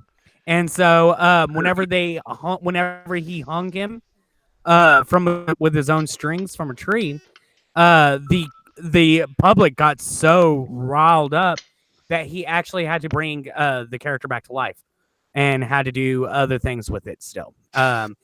He got tired and wanted to end it, and so he ended it by Pinocchio hanging himself, and so then he changed it and it's like, oh nope, he didn't die. So here's another story. Russ, Russ, the thing you're talking about, like he bowed to public outrage or some shit. I'm actually having, I guess you could call it a discussion and not an argument, with someone about that on Facebook right now, about how people keep changing characters that are well established. Where it's like, okay, this character is now black, this character is now a woman, this character is this, that, or the other thing. And I can't help thinking, look, as awesome as it is to have characters like that, do you got to change ones? Why not make your own? Right? And yeah, and you're not going to, a lot of people aren't going to like me for that as well. But I hate to say it, changing a character like James Bond, you kind of know that he was a British white guy, okay? From around just post-war or maybe World War II. And he's not a black guy from 1968. I'm sorry, it doesn't work that way. One of the but I have to add something about that real quick, because the simple thing is James Bond, the fact that he is a secret agent, James Bond and 007 can both just be names that are given to an agent. That's too much of a rationalization. See, the problem is that, and someone was saying, hey, it's just fiction. Why not? Like, why are you wigging out about fiction? I'm like, do you even know what it's like to be a fan of something where you've grown up on it? It means something to you. There's a visceral feeling to being a fan. And so changing a character, even if you can justify it in the universe somehow, hurts. I mean, we were talking earlier about the cinematic abomination they tried to call a sequel to Tron. They changed so much that I was like, this is not what I grew up on. This is not what I paid my money to see. So I don't care if they can say, well, 007 and Bond, they're just code names and can be anybody. I don't care. But the thing is if we're going... I want more of that James Bond. But if we're going to go off of that, we have then James Bond would be dead, because we're talking about a man who was already old in World War II era, now is young. No, so the whole entire idea is James Bond can be anyone. You need to have a secret agent who's like black and British. Make a new one. It doesn't have to be James Bond. You know, I mean, it's like, okay, they came out with this actually really amazing Supergirl TV show a while back. I was watching it on Netflix. It's a lot of fun. And there is this one character who is this like strong, confident, amazingly cool black dude that they decided to call Jimmy Olsen. And I'm like, look, Jimmy Olsen is white and nerdy. This black guy, he was that red-haired freckled kid. Such a great character. Just give him a different name and a different backstory. That's all I ask. Keep the character, but don't fuck with Jimmy Olsen. Now there are, on the other hand, as far as I'm concerned, some characters that are amenable to changes like that, and one expects changes like that. The Doctor. I was thrilled when the Doctor finally became a woman, because I've been waiting for it for how many years? Because you have the changes from personality to personality. Why not make it a female personality? Well, it just fits in the. I don't like that. What they should have done was have a Romana spinoff. Because you've already got a Time Lord who is a female. It would be awesome. Just don't mess with the Doctor himself. I mean, Romana is a cool character, and she would make a good spinoff. So just do that. Okay, It's kind of like you don't need to make Captain Kirk a Mexican drag queen or something. We already have spin-offs. Janeway is a woman commanding a ship. Sure, it's not the Enterprise, but Voyager was a great show. Deep Space Nine. Some people love Deep Space Nine more than TNG, and you've got a black commander. This is great. You don't have to mess with the Enterprise, and you still get like those special interest box checked. It totally works. Like you're not pissing off the fans of the original, and you're like getting more diverse. This is great. Do it that way if you have to work within an established universe. Otherwise, I mean, if you want a black superhero, make one. Apparently, Black Panther was a great movie. I haven't seen it because it burned out on superheroes, but that's a great idea. Is make that instead of saying, well, now we have to have a black Wolverine or something. That was the one that gave me a start when Green Lantern became black. Did he? Well, if I remember correctly. Yes, I thought in the universe, like a legion. There was like a legion of Lantern guys, though. Yes. Okay, so, if that's the case, then okay, it's not going to give me it's not going to startle me that much then. So what happened was Green Lantern 4.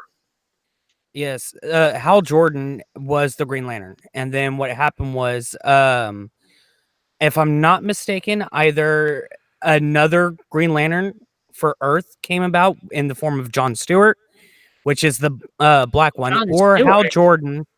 Yeah, John Stewart is the black Green Lantern. Okay, I thought it was supposed to be the same guy. Okay. No, it's not the same guy. Either Hal Jordan passed the ring off to him, or he's just another Earth one. And what makes John Stewart kind of badass is the fact that he is the Green Lantern, but he doesn't wear a mask to hide his identity. He's just like, yeah, I'm the Green Lantern. What now, bitches? Same with Guy Gardner. Part of what inspired this conversation that I'm having with the guy on Facebook is I was reading an article about Incredibles 2, where a lot of people really, really, really, really, really wanted Frozone's wife to be on camera and maybe to be a superhero. And I was like, okay, first of all, Frozone is an amazing character. He's nobody's sidekick. He's a superhero in his own right. And I love how he's almost like ice skating on his own ice. That's really cool. Yeah. He's a great character. And the second movie, the mother, right, Elastigirl, was more the protagonist than Mr. Incredible, the way he was in the first movie. So you've got a black hero who's amazing. You've got a woman who's amazing, all of this stuff. But apparently some people are not happy that Lucius's wife is just a voice off screen. Now, Brad Bird was like, but that makes the character more funny, that she's just someone who like yells at her husband off camera. But then, I mean, again, you still have some people getting outraged, though, about the fact that she's not on camera. But then Brad Bird is like, well, we'll try to work in a person of color if we make a third movie or something. And I'm like, look, if you're inspired to do that, great. But if you're doing it because of social pressure, I feel like you've compromised yourself as an artist. If you're inspired... do it. But one of the most iconic things about The Incredibles is, of course, from the first one, where she's like, "I am your wife. I am the greatest good you're ever gonna get." Yeah, that was fucking iconic. Stags, I noticed your comments. For example, everybody talks so much about not caring what skin color people have, but it's the first thing they complain about when it changes in a character. In my mind, anyway. You folks in the panel here can weigh in on this as well. When I think of a character, I have a picture in my mind of that character. For example, really, when you come down to it, James Bond is always going to be the Sean Connery portrayed character. Maybe the next guy. What the hell was his name? Roger Moore? Roger Moore, thank you. Maybe that one is acceptable. I don't know. But to me, Sean Connery is always going to be James Bond. You change that, even if it's another old white guy. It's going to give me a start. It's going to turn me around. It was kind of like, I have read the Harry Potter books like twice through. And then I hadn't seen the movies past number 3. And part of that was because when they had to change Dumbledore because the original guy died, he didn't feel the same. I mean, he kind of looked vaguely similar, but he wasn't acting the character the same way. And so I said, well, screw this, and didn't watch the rest of the movies. Now I have the box set and I just watched them all the way through. But I mean, it took some getting used to when the new guy was playing him. And it's not like they changed the character's race or gender or made him a young kid or some shit. It was just the different actor kind of screwed with my head a little. And that's why I don't like it when they make these major changes to characters that I've loved for ages. I'm like, fuck you, don't do that. Well, the issue with Dumbledore, the issue with Dumbledore, though, is like, it wasn't even just the character change. It was the character himself. Because if you actually watched the original from the first two, where where's the guy who had passed away, he was so stoic and he was very much Dumbledore-esque from the books. Then you get to the third film, and in a way, it's not, but it's also somewhat of a caricature of Dumbledore. He's got a little bit more to me. He's a lot different than the Dumbledore in the books. And he's a lot different from a lot of the different things. Like, take, for instance, the fourth movie. Whenever Dumbledore asked Harry if he put his name in the Goblet of Fire, he did so very calmly. And it even says, Dumbledore said calmly, Harry, did you put your name in the Goblet of Fire? Whereas the movie, he rushes him, grabs him, and practically yells in his face, did you put your name in the Goblet of Fire? And it was like, no, you're not portraying Dumbledore as the original guy would have. Well, regardless, it's just when they change something in a character like that, it feels like they've betrayed the fan base. And that's what I don't like about it. As I mean, even if there's like a lot of stories that are iconic where they were made before there was any kind of affirmative action, that doesn't mean like the impression I've gotten from some of the people who protest these things is it sounds like they're saying, but it's our turn. It's our turn to have a James Bond that fits our demographic. It's our turn to have a Superman that fits our demographic. And I think that's a little weird that people think they get a turn to be this iconic character. It's like, create a new character, please. Please create a new character. Yeah, and then the other one that came to my mind while we were talking about a character that simply should never be changed as far as I'm concerned. No one but David McCallum could ever play Ilya Kuryakin from The Man from U.N.C.L.E. No matter what you do, that person has to play that character. And okay, if that character has to die, that's what happens. Okay, I've got a question though. Okay. Oh wow. So how many of y'all have seen like the Avengers? Oh yeah. I have not. See, the thing is, I've burned. Oh wait. You don't mean the superhero Avengers? You mean the spies? No, the superhero Avengers. Oh, see, okay. No, I remember the spies. I don't know about the. I've burned out so hard on superheroes. There have been so many movies coming out so fast and so often. I'm like, enough. If it's not Deadpool or The Incredibles, I don't fucking care. Okay, well, but at least y'all know that like Samuel L. Jackson played Nick Fury, right? Okay. Oh, damn it. Dude, you're talking to people who haven't watched this shit. Mm-hmm. Well, one of the problems I had I've seen it. is I wasn't allowed to read comic books, so I never got into it in the first place. Well, the thing is like nobody freaked out when they cast Samuel L. Jackson as Nick Fury. Even though in the comics Nick Fury is white. Okay. They just it was not that big of a deal because it was a non-essential type of situation where the color of his skin was not something that was very essential to the character. See, even so, I would have said I don't like it because it's a change. I don't care how they changed it. I just don't like that they did. Because if I was a fan of the original, I would have been grumpy that I wasn't getting more of the original.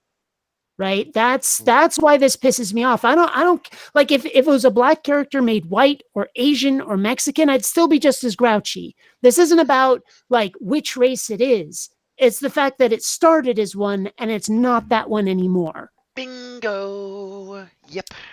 Yeah, I'm with you. I'm with you right there. It's the change that does it, not from to. Right. I'm my thing is I'm not really all that concerned Well, some of us about are. the change. Well, no, because like for instance, you have characters like for instance Batman. Batman does not necessarily have to be a white man. Why not? Why not? Because you can portray him as a black man if you'd like. So Bruce why Wayne. Why should Bruce you? Wayne. Why Bruce should Wayne. Bruce Wayne, in my opinion, is a white man. The character Bruce Wayne himself should be a white man, but the character Batman doesn't necessarily have to be white or black or anything. Except that one is the other. And Bruce Wayne are the same guy. Yeah, no, one's not wearing a mask and one isn't. Yes, no, because there was a comic where Batman, for all intended purposes, had died, and so Dick Grayson took up the mantle as Batman. Batman itself is a symbol. It's not an individual. Dude, you're rationalizing this shit. It's not. No, it's not rationalizing. It's the fact that you're not helping, dude. You're not helping your case. You're just not. No, yes, I am, because the simple thing is no, you're not helping your case. Let's put it this way. Let's put it this way. There's no way you're going to change someone else's mind with this shit.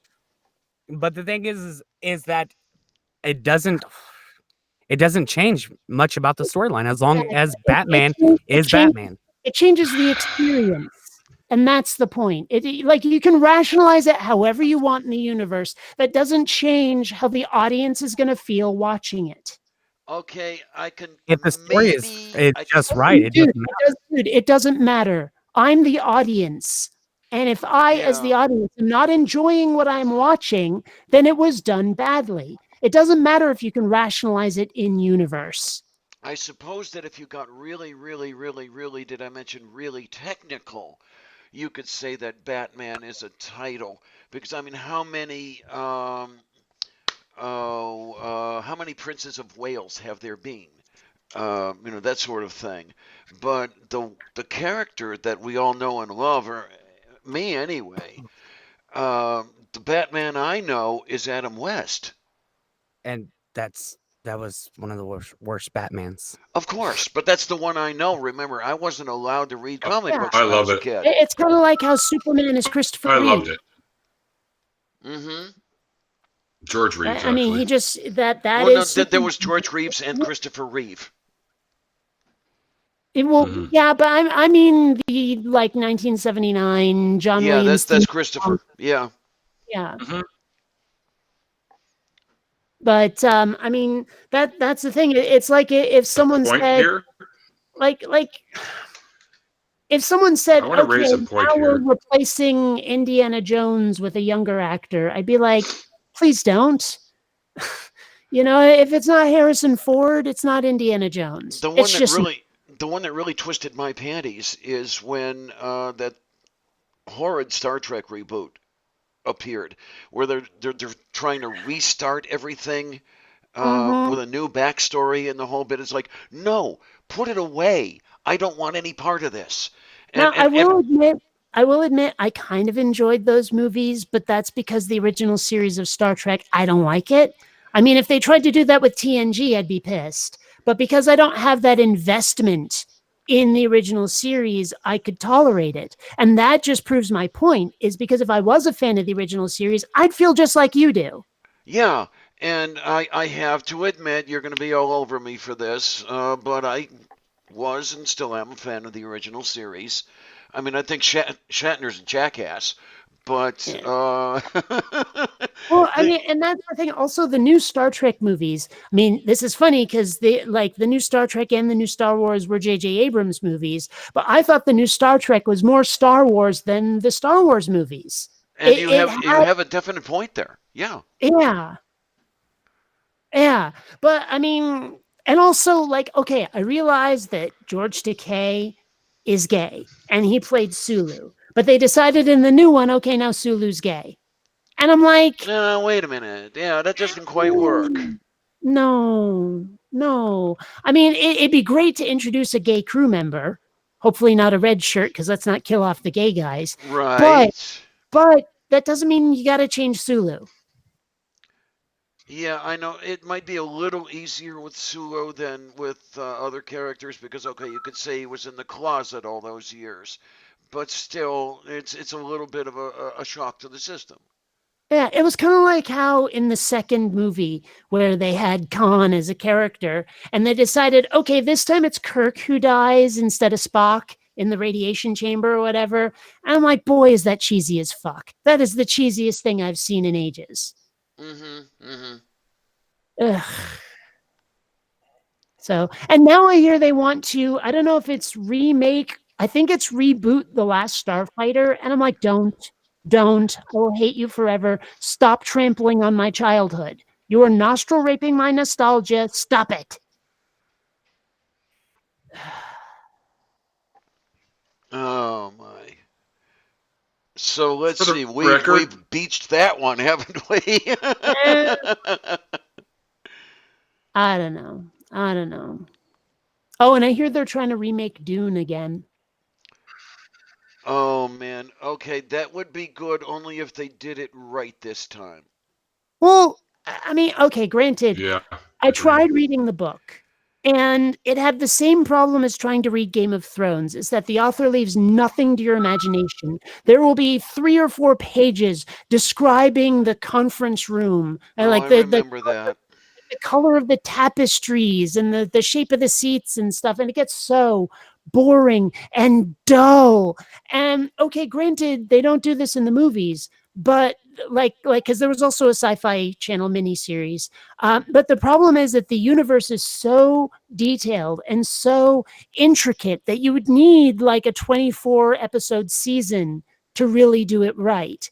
Like there was a movie that I saw called Jupiter Ascending that had the same problem. Is it would have made an amazing TV series, but because again they had so much backstory to fill in, it was just incomprehensible in 2 hours. Okay, Russ, the comment you made in the side chat, maybe that's got it all wrapped up for me. Maybe that's the big point with me. Then you don't know Batman lore. Okay, maybe I don't, and maybe that is the problem. Well, the thing is it was because of the comment that someone making said that he's only known as Bruce Wayne as Batman, and I said, well, then you don't know Batman lore because there have been several other people who've taken up the mantle as Batman in Batman. What about the Nightfall series? When Batman had his back broken, he had to hand it over to that John whatever guy. The what series? Yeah, then you have what was it again? Jean-Paul Valley, that was the guy's name. No, what's the series? No, Nightfall. Yeah. Then you have the series where Batman actually has to fake his own death. And in his place, Dick Grayson takes up the mantle as Batman and portrays Batman for a long period of time until Bruce Wayne comes back. Well, but that's okay. Now here's the point. Maybe Bruce Wayne himself said Batman's just an idea. Kind of like Seth Anderson says, thinking atheist is just an idea. Maybe had I known about all of that, I wouldn't have had that idea coming into this conversation. Maybe I would have been more, and I probably would have been more amenable had I known, which I truly did not know, that Batman was a title. Here I thought, well, for example, when you go back to DC Comics, some of the very few comic books I could read were reprints of Batman #1 and that sort of thing, where Bruce Wayne says, I shall become a bat. So he becomes Batman, and even from that, I didn't know it was a title. Yeah, Batman has become a title because while Batman has been in several times incapacitated to the point where he could not carry on being Batman, someone else has come up in his place to take over the mantle, at least for a short period of time. that's the thing. I mean, if they did that, I'd be kind of pissed. I'd be like, why not be a new superhero instead of Batman? Because Batman has been this symbol in Gotham carry on City. the idea. Yeah. Yes, Batman has been this symbol in Gotham City as the justice. And so because once they realize Batman is out, then they're going to run amok. And even with a no superhero in charge. Okay, so they're not, wait, but they're not running amok while Batman is the hero. Seriously, then why isn't he out of a job? I'm sorry, that doesn't work. Yeah, Batman. When you come down to it, at least the Batman I know wasn't very efficient at his job. Well, the thing is, he's very efficient at his job. What it is the fact that you have several times where Arkham Asylum has been inefficient, where even Blackgate Prison has been inefficient. As a matter of fact, the warden of Blackgate Prison several times has been very, very corrupt, where he will let criminals go because some mobster or whoever higher up slid some cash to him. Okay, but are you saying that if a new hero came along and they were able to do exactly the same thing that Batman was able to do in terms of crime fighting, that somehow the villains that were plaguing Gotham City would go, yeah, well, that's too bad. We're going to be like just as evil. And I think that another superhero could be made to work in Gotham City until Batman came back. Well, for a while in DC Comics, you said Batwoman. I was just about to bring her up. In DC Comics, there was Batwoman for a while. There is Batwoman. She and Batman worked side by side. Well, the one I'm speaking of was the Batwoman from the 1940s. So you didn't turn Batman into a woman. You simply had somebody who worked with him. No, exactly. I'm cool with that. That's the way you do it. You don't change what's there. You make something new. Perfect. That's exactly how you should do it. It's kind of like the point I was making with Jimmy Olsen. Is like the strong, confident black dude's awesome, but he doesn't have to be Jimmy Olsen. You don't have to change the character. I mean, why is Jimmy Olsen in this new set? Like, the Supergirl series does not take place in Metropolis. So why bother having Jimmy Olsen there anyway? Like, they just basically transferred to another paper or some shit. But seriously, come on. Yes. And then here's the other thing. I mean, I certainly don't want, I don't know what you guys think, but when the time comes that I could no longer play the role, I'm not sure I want somebody else to play the Lavender Lady. The Lavender Lady is me, man. You know? I mean, and you, Kate, are Bionic Dance. I could not accept any other Bionic Dance. Yeah, it's just continuity is important to fans. I'm sorry, but it fucking is. Well, the thing is continuity has been about the Flashpoint okay timeline? With the changes. What? And what about Flashpoint timeline? Yeah, there's also Bruce was murdered, not his parents. So Thomas Wayne became Batman, not Bruce. Yeah, okay. Bruce was when you start getting all these different timelines and shit, it starts getting really stupid. I'm sorry, but it does. Well, but the thing is with all these different changes to who Batman was, as far as all these other people taking up the mantle, the fans have never minded. The thing is you can change just about anything there is about Batman himself, as far as the symbol, as long as it's not necessarily just, we're gonna make Bruce Wayne black, but you can sit there and say, oh, hey, look, we can sit there and have Bruce Wayne not be Batman, but to have some kid that he decides to be Batman. And it's still stupid. I'm sorry, it's still stupid. And even if I were to grant you Batman, that's one character. That's like the exception that illuminates the rule. I'm sorry, but you're not being convincing here. Well, like I said, there's all sorts of other characters that have been changed that people don't seem to mind. Hell, if you look at whoa. When you say people don't seem to mind, where's your data? Where's your data? The data is the fact that people eat this up. They still buy these comics. The point. There's also like rabid fans out there who watch any damn thing. I mean, I can't even count the number of people who are like, man, they changed so much in this movie series and I hate it, and they'll still buy the tickets. And then who are the people who are eating this up? Are they the 20 and 30-year-old kids, if you'll excuse the expression, who saw that for the first time and don't know about, well, know only by matter of history, did not grow up with the Batman of 1965, where there would have been a change? Does that figure into it at all? Well, the thing is a lot of these fans, even the 20s and 30-year-olds, they actually do a lot of the research of the fandom that they love. So you have Batman fans who absolutely love Batman that sits there and do the research behind Batman. I've said this several times, and it somewhat started off as a joke, but as time goes on, I've noticed that it seems to be a common theme. But I have came across very little people who know as much Batman lore, as I do, as far as the history of Batman. For instance, I've sat there and shocked people whenever I said, in the very, very beginning of Batman, he used to use a gun. He used the same exact gun. That is true. And there's so many different things that I know about the history of Batman, including the time frames that you're talking about of the 60s and whatnot.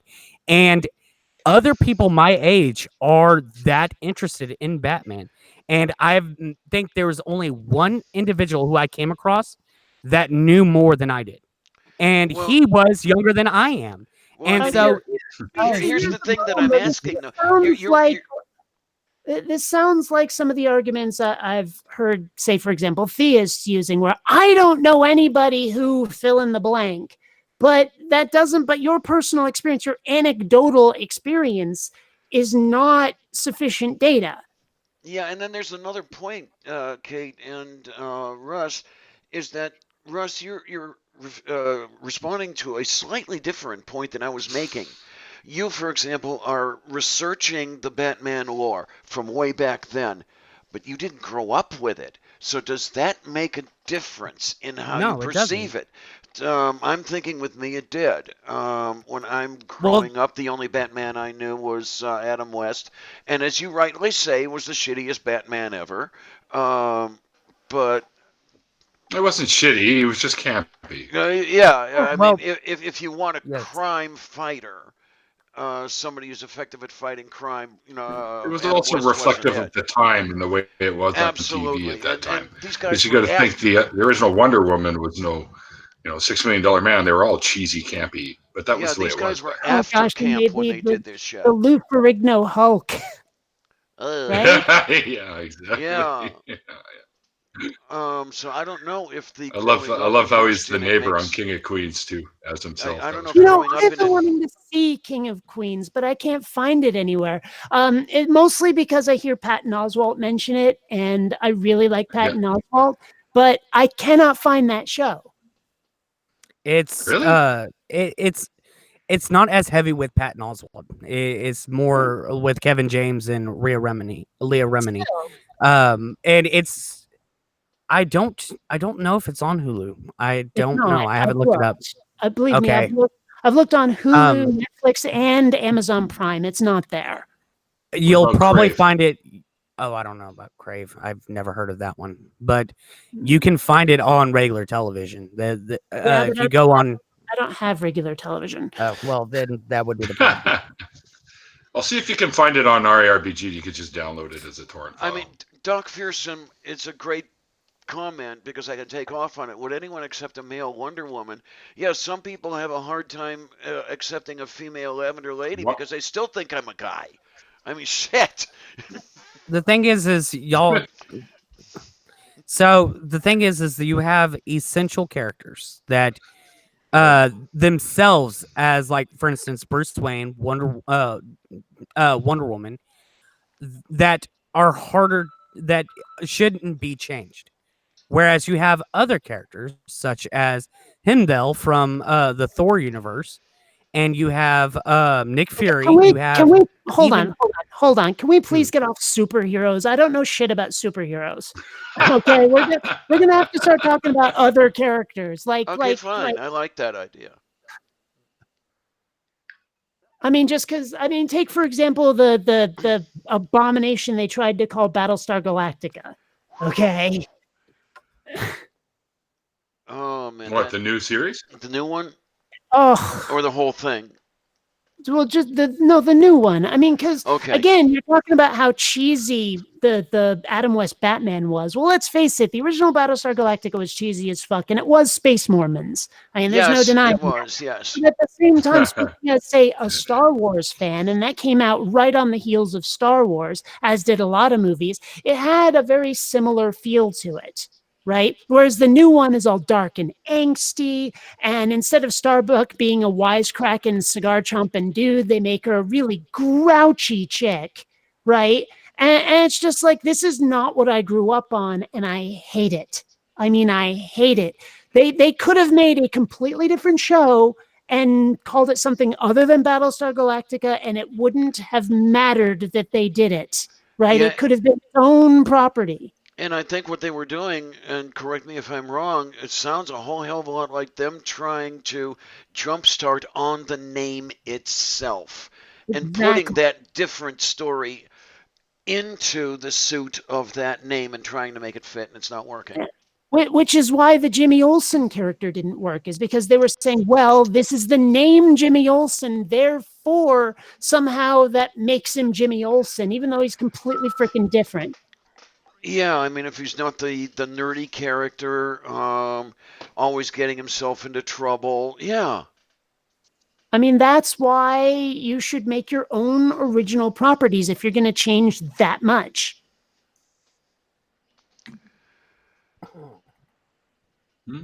Okay, the original Battlestar Galactica really went downhill after they landed on Earth and replaced most of the crew. I have no idea of any of that because I didn't see it. My ex is the one who was totally in love with Battlestar Galactica, but no, there's Galactica in 1980. That was fun. Yeah, I don't know. I mean, with it the was flying like, motorcycles. Those were badass. I forget if it was the second or third season, if they had a third season. I don't remember of Sequest. Right? Sequest DSV, where they changed a whole bunch of cast members and it wasn't as good. No. Now, on the other hand, when you change C-Lab 2020 into C-Lab 2021, that was perfect. The animated thing. But that's another story. I actually never saw that one. I never saw that. Because the new one was a parody. And it worked very well as one. It was actually, well, being a parody of the original, it was like actually a different thing. Brothers. Say again? Kind of like Space Ghost, Coast to Coast, where they somehow turned it into a talk show. Same people, yep. And what they did with Space Ghost was perfect. Say again? And also, like with Venture Brothers. Same idea, spoof of that kind of cartoon, like actually never saw that. Yeah, Venture Brothers was essentially one thing. It wasn't its own original property first, though. Yeah, Venture Brothers was essentially a spoof of Johnny Quest. And as a matter of fact, more or less, yeah. They took that right to the limit, where they even brought the Johnny Quest theme into that show a couple of times, if I remember correctly.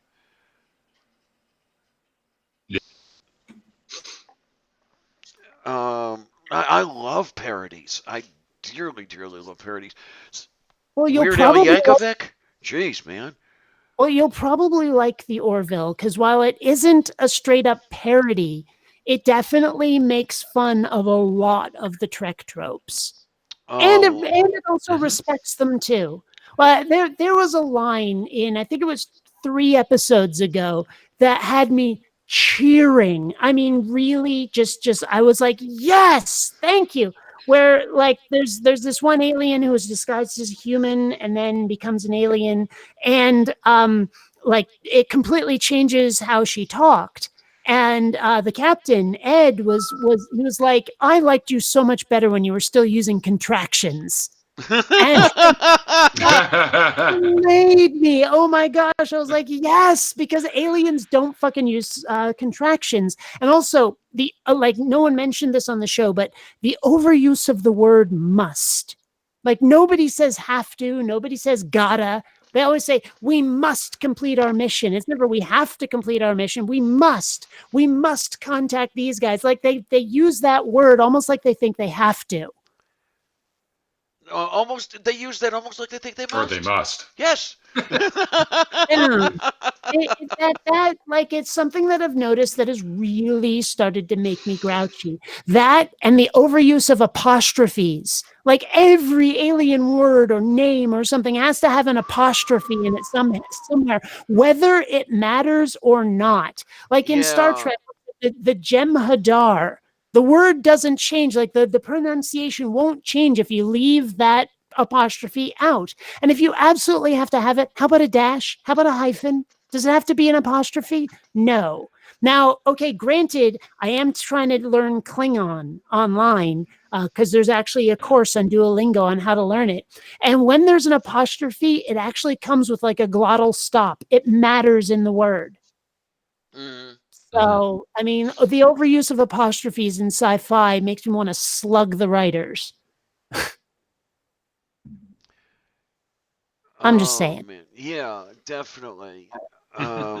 I forget where I was going to go, but that's okay. When There's you probably get old, something about cheese. yeah, when you get old, the memory's the second thing to go, and I forget what the first is. I saw that one breathing hard. Yeah, and it just sort of failed. Like happens every now and then. You know how it goes, but or maybe you don't. But if you don't, you're lucky. Yeah. So. Oh, yay! Somebody's being paged. Sure. That sounded That's like me. the Super Mario Brothers coin sound. Okay. Yeah. Actually, it's funny that you ever watch How I Met Your Mother, the sitcom? I've heard of it. Well, there was a scene, you know, like say like on the Benny Hill show, whenever people are doing that whole running around fast and kind of slapsticky stuff, they always play yakety sax, right? Yes. Well, there was a scene like that in How I Met Your Mother, except they were playing this weird sort of ragtimey song that I could not identify, but it sounded so familiar. And it turns out, like after asking people about it and showing them the clip, someone figured out that it's the like level 1 music for Super Mario Brothers 2 played as ragtime. And I was like, oh my gosh, it is. Oh man. It just, wow. Yeah. That's awesome. Man, and that brings up something that's always in the back of my mind. I wish I had the space and the money. I would love to find an original Donkey Kong arcade game because it's been, oh God, how long has it been since I played Donkey Kong? I mean, that's the original. That's the seed from which you can get them. Yeah, well, it's just that they cost a few $1,000s. There's a place near. No, not really. There's a place near where I am that a friend, an original stand-up console. You can also get the little you used to have with the glass tabletops. And he picked his up for just under $800. Like $800. I remember going to the pizza place where they had the Pac-Man machine that was a table. Yeah, I remember those as well. Side. That will always be a childhood memory. One place Sandra and I would go, one bar we would go to for pierogi dinners on Fridays would be would have that table, and I think it was Pac-Man. And those were great because you could have your meal. You could have your meal and then play the game. Yeah. Oh, Galaga! I love Galaga. That's Tempest. Probably that's another one. Oh yeah. Is Galaga. And there's something about the tactile thing. On Galaga, and the one I spent the night was Tempest, or not Tempest. I remember with the little wheel. Tetris and Galaga. Right, that one is Tempest. Yeah, there's the other thing about Tetris. I blew all my cash on those two. Yeah, about changes. There's the other thing, with the games. Um, there's just something in the knockoffs of the old arcade games that are on computer now. The tactile thing has changed, and it's not quite the same. Where you had that, No. or you had the stick going side to Yeah. side, and I mean, that's one of the reasons, like controllers used to just have the D-pad, and now they have the thumbsticks, which aren't quite the same, but it's better than just this. okay, yeah. Mm. Yep. So there's another thing about change. Okay, call me staid, call me conservative in that sense, in the derogatory sense. But I'm trying not to hurt anybody with it anyway. So Yeah. give me my own tactile stuff and go from there. Yeah. Well, I mean, it's just my nostalgia talking, but there was something about those 8-bit games that I'm trying to figure out how to describe it, because today's games are a lot of fun. They Yes, really they are. are.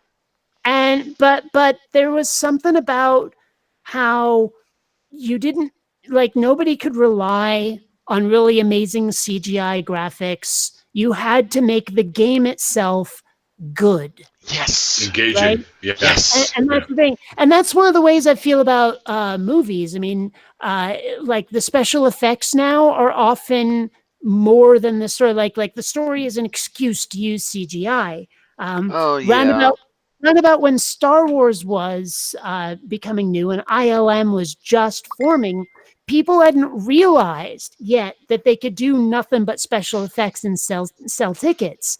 And so the stories were still good, right? And then Yeah. it got to a certain point. Like my favorite analogy for this, there's a director, Stephen Sommers, where I watched this progression of his movies turning shitty the more he used CGI.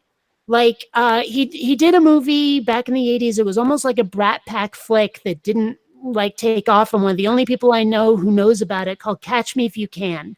It was about this high school that was like running out of money, and the only way the class president could figure out how to get to keep the school open was betting on illegal car races. And the school bad boy had a car and so helped her by running the races for her. It was a silly movie, lots of fun, and it's fairly well written. Then Stephen Sommers went on to make, I think his next movie was Deep Rising, I'm not sure, which was a well-written, not quite comedy, not quite horror movie about a cruise ship that was taken over by sea monsters. It had one of the best lines I've ever seen in a movie like that, where like the nerdy mechanic guy and one of the mercenaries, like the mercenary points a gun at him and goes, "I don't like you," and he just looks up at him and goes, "You don't even know me." It slayed me, right? Then he made the first Mummy movie, which was pretty good, still well written, still a lot of fun. Then he made Mummy 2, which had that horrible CGI scorpion centaur looking dude. Like the writing was not as good. It was taking a back seat to like the CGI, the special effects. And then he made Van Helsing. And don't even get me fucking started on that movie. So it was just this slow progression of good writing, a little bit of special effects, but still good writing. Now special effects and not so good writing. And now absolute crap, but nothing but special effects. And that's the way it seems to have gone with movies and video games lately. Is it's hard to get one that's as well made and well written because they knew they had to rely on building it well. Yes, some of my favorite games, the so-called video games, are the text-based Like Advent. Infocom? Yeah, like Advent. I mean, the mother of them all. When on the system in which it was written in Fortran, you had 6-character file names, so you couldn't spell out adventure. There was actually Zork. some. Yes, you got it. Zork is, I think, Advent's bastard sister or something like that. It's pretty damn close. And you made the whole thing in your mind with the story that the game told. Mm-hmm. And that's what I do. Yes, I do like, with what few games I've played, some of the CGI going on. But Yeah. to me, nothing is going to replace the story. There are some great like 3D games out there. Some of them with amazing stories, lots of fun, and they've become cultural icons, like say Portal, for example. But at the same time, there are some out there that are just like, oh, hey, here's another first-person shooter. There's nothing unique about this one except Yes. the way it looks. Here's another street fighting game, and sure, we've added a character or two, but I mean, okay, granted, I've been ranting against change for a while, and the fact that some of those street fighting games are basically the same game is actually pretty nice, but those were some of the most mindless games anyway to begin with. Moo. So that's not a huge change. Oh gosh, Master of Orion? Okay, granted, 2 was better than 1, but yeah. Now, as far as first-person shooters go, okay, some of the flight simulators I didn't mind. Well, of course, those are flight simulators. To imagine yourself sitting in the cockpit of a P-51 and actually, controlling this thing and getting some realistic response from it. That was what it was all about, rather than firing the bullets. Well, I mean, yes and no. Well, I happen to love the P-51 anyway. I'm guys, going to say more that of an it's my. F-14 girl, but okay. I got to do before I go on to the next show later on. Oh, well, we've already kept you here for how long is it? Yeah. Yeah, but it's been enjoyable. Well, 2.5 hours. That's not bad. At some point, I should probably feed myself. So. Oh, that would be a good. We would hate. Yeah. We would hate to have you waste away and die for lack of nourishment, Kate. I mean, let's. My heart would just break. Shut up, Clarion.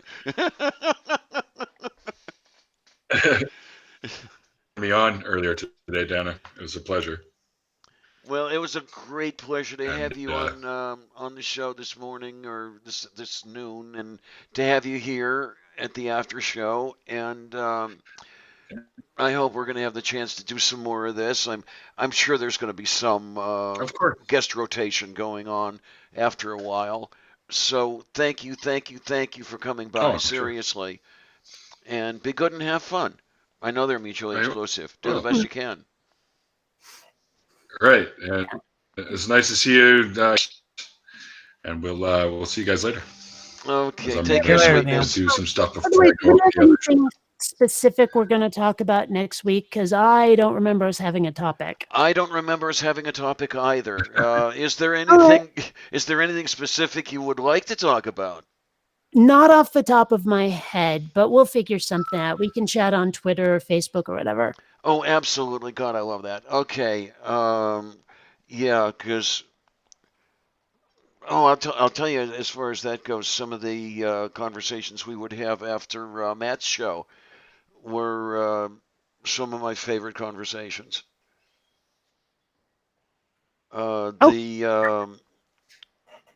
The one where you replaced me, and then when Demi didn't make it, you replaced her, and that's where I met you, and that whole thing. I have no idea what you're talking about. Because we talked for quite a while after some of those shows, and that was beautiful. I loved that. Thank you. Okay, sure, fair enough. I've enjoyed chatting. Yay! Oh well. Yeah. So, food now. Food. Well, take care, and yeah, I'll be talking to you soon, and be good and have fun. Well, I can do one of those, half of it. I can't guarantee the being good part. Okay, well, as long as you have fun, that's going to be okay. In fact, I might have more fun not being good. I'll be right over. No. Nah. Shut up, Clarion. Yes. All right, catch you like the play. Okay, take care, Kate. See you later, Kate. Oh, well, now it's just you and me. Oh my. Yeah, and I don't know if you've got places to go or not, because I'm gonna have to hit the little girls' room pretty soon. I'm And pretty much I'm at work, so I've got nowhere to be until 7 o'clock. okay, I think I'm gonna have to eat and have a nap before then. That sounds like a plan, man. Yeah, because shit, I've been well, I started live streaming 8 o'clock last night with my 1 year anniversary, and then it was movie night. That ran, I think, about 4 hours. It was a short one when you come down Yeah. to it. Oh wow. Yeah, Yeah, because I mean, it was not especially one. since most of them are like 8, 9 hours. Yeah, we haven't gone over 8 hours because YouTube will Oh. shut you off after 8 hours. Okay, so I think one of them was like at like close to 8 hours. Yeah, I mean, we went damned near 8 hours within my tenure there. Like 7 hours 50 or 7 hours 45 or something like that. And so yeah, that's a whole bunch of fun going on over there. It really is. And then I got a little bit of a nap and almost overslept uh, before the show. I finally got up at about 10:30 in the morning for the noon show, and then here we are still. So yeah, it's been a fun day. It's been a full day. Been going. Let's see. Well, 20 to 24. That's 4 hours plus 16. So I've been at it with a little break here and there for 20 hours. Not bad. I can take it. I can live with it. All right. I pretty much what happened with me was last night my wife had been wanting to go out, and she was gonna go out with her gay best friend, and he actually was sick and couldn't go out, and so she was gonna go out with another friend of hers, but then yesterday I'm at work and she says, "Were you gonna come with me?" I was like, "If you want me to." And so she's like, "I want you to take me out." So I was like, "Awesome." So I was up at 6. I was up at like 5:45 yesterday morning and worked from 7 a to 7 p. Got off, went to the house, and then she got home after going to my nephew's birthday party and came to the house, changed, and got ready, and we went out drinking and at this dance hall that's fairly close by, and we didn't leave there until about 1:30 in the morning.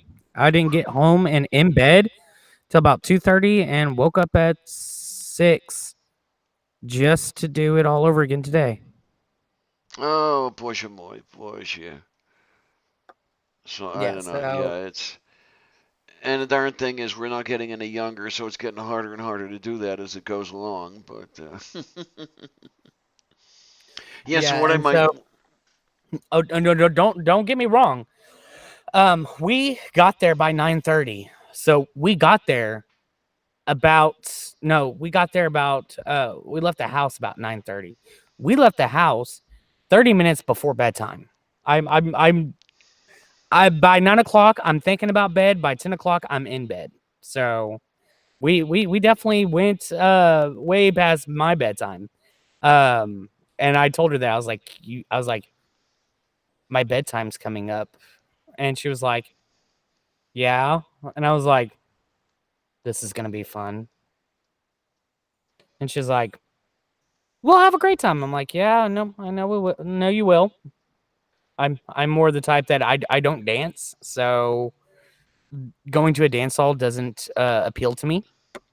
I'll go to a bar and drink with whoever, but as far as the dance hall goes, I'm not a dancer. So whenever she wanted to say, hey, let's go over to this dance hall, I'm like, yeah. In my head, I'm like, yeah, I really don't want to. But I said, okay, babe, that sounds great. Okay. There's that here I was trying to find. woven into the sweater. Yeah, so yeah, it's getting to the point where I'm gonna have to hit the little girl's room and should probably take care of a few things. So if he's okay with you and it's okay with you and the guys in the side chat over there, maybe it is kind of time to start winding this down. And God, it's been a crap load of fun today. It really has been. I love this stuff, especially the open chats. So look forward to more of those open chats in the future. Not only the one I had yesterday, but just sprinkled throughout, throughout this series and throughout the month and everything else, and for each of the months. And I am so appreciative of all of you coming by and finding me interesting and finding my guests interesting. And thank you Except for me, extremely many no much. one Except finds for you. me. No, you're a dull bore. You're nothing. You're Yes, I am. Yeah, I'm the least interesting person that was on here tonight today. Yes, absolutely, absolutely. So I'll tell you what, everybody. Thank you many much, and as I am always want to say, thanks a lot, troops. See you on the other side.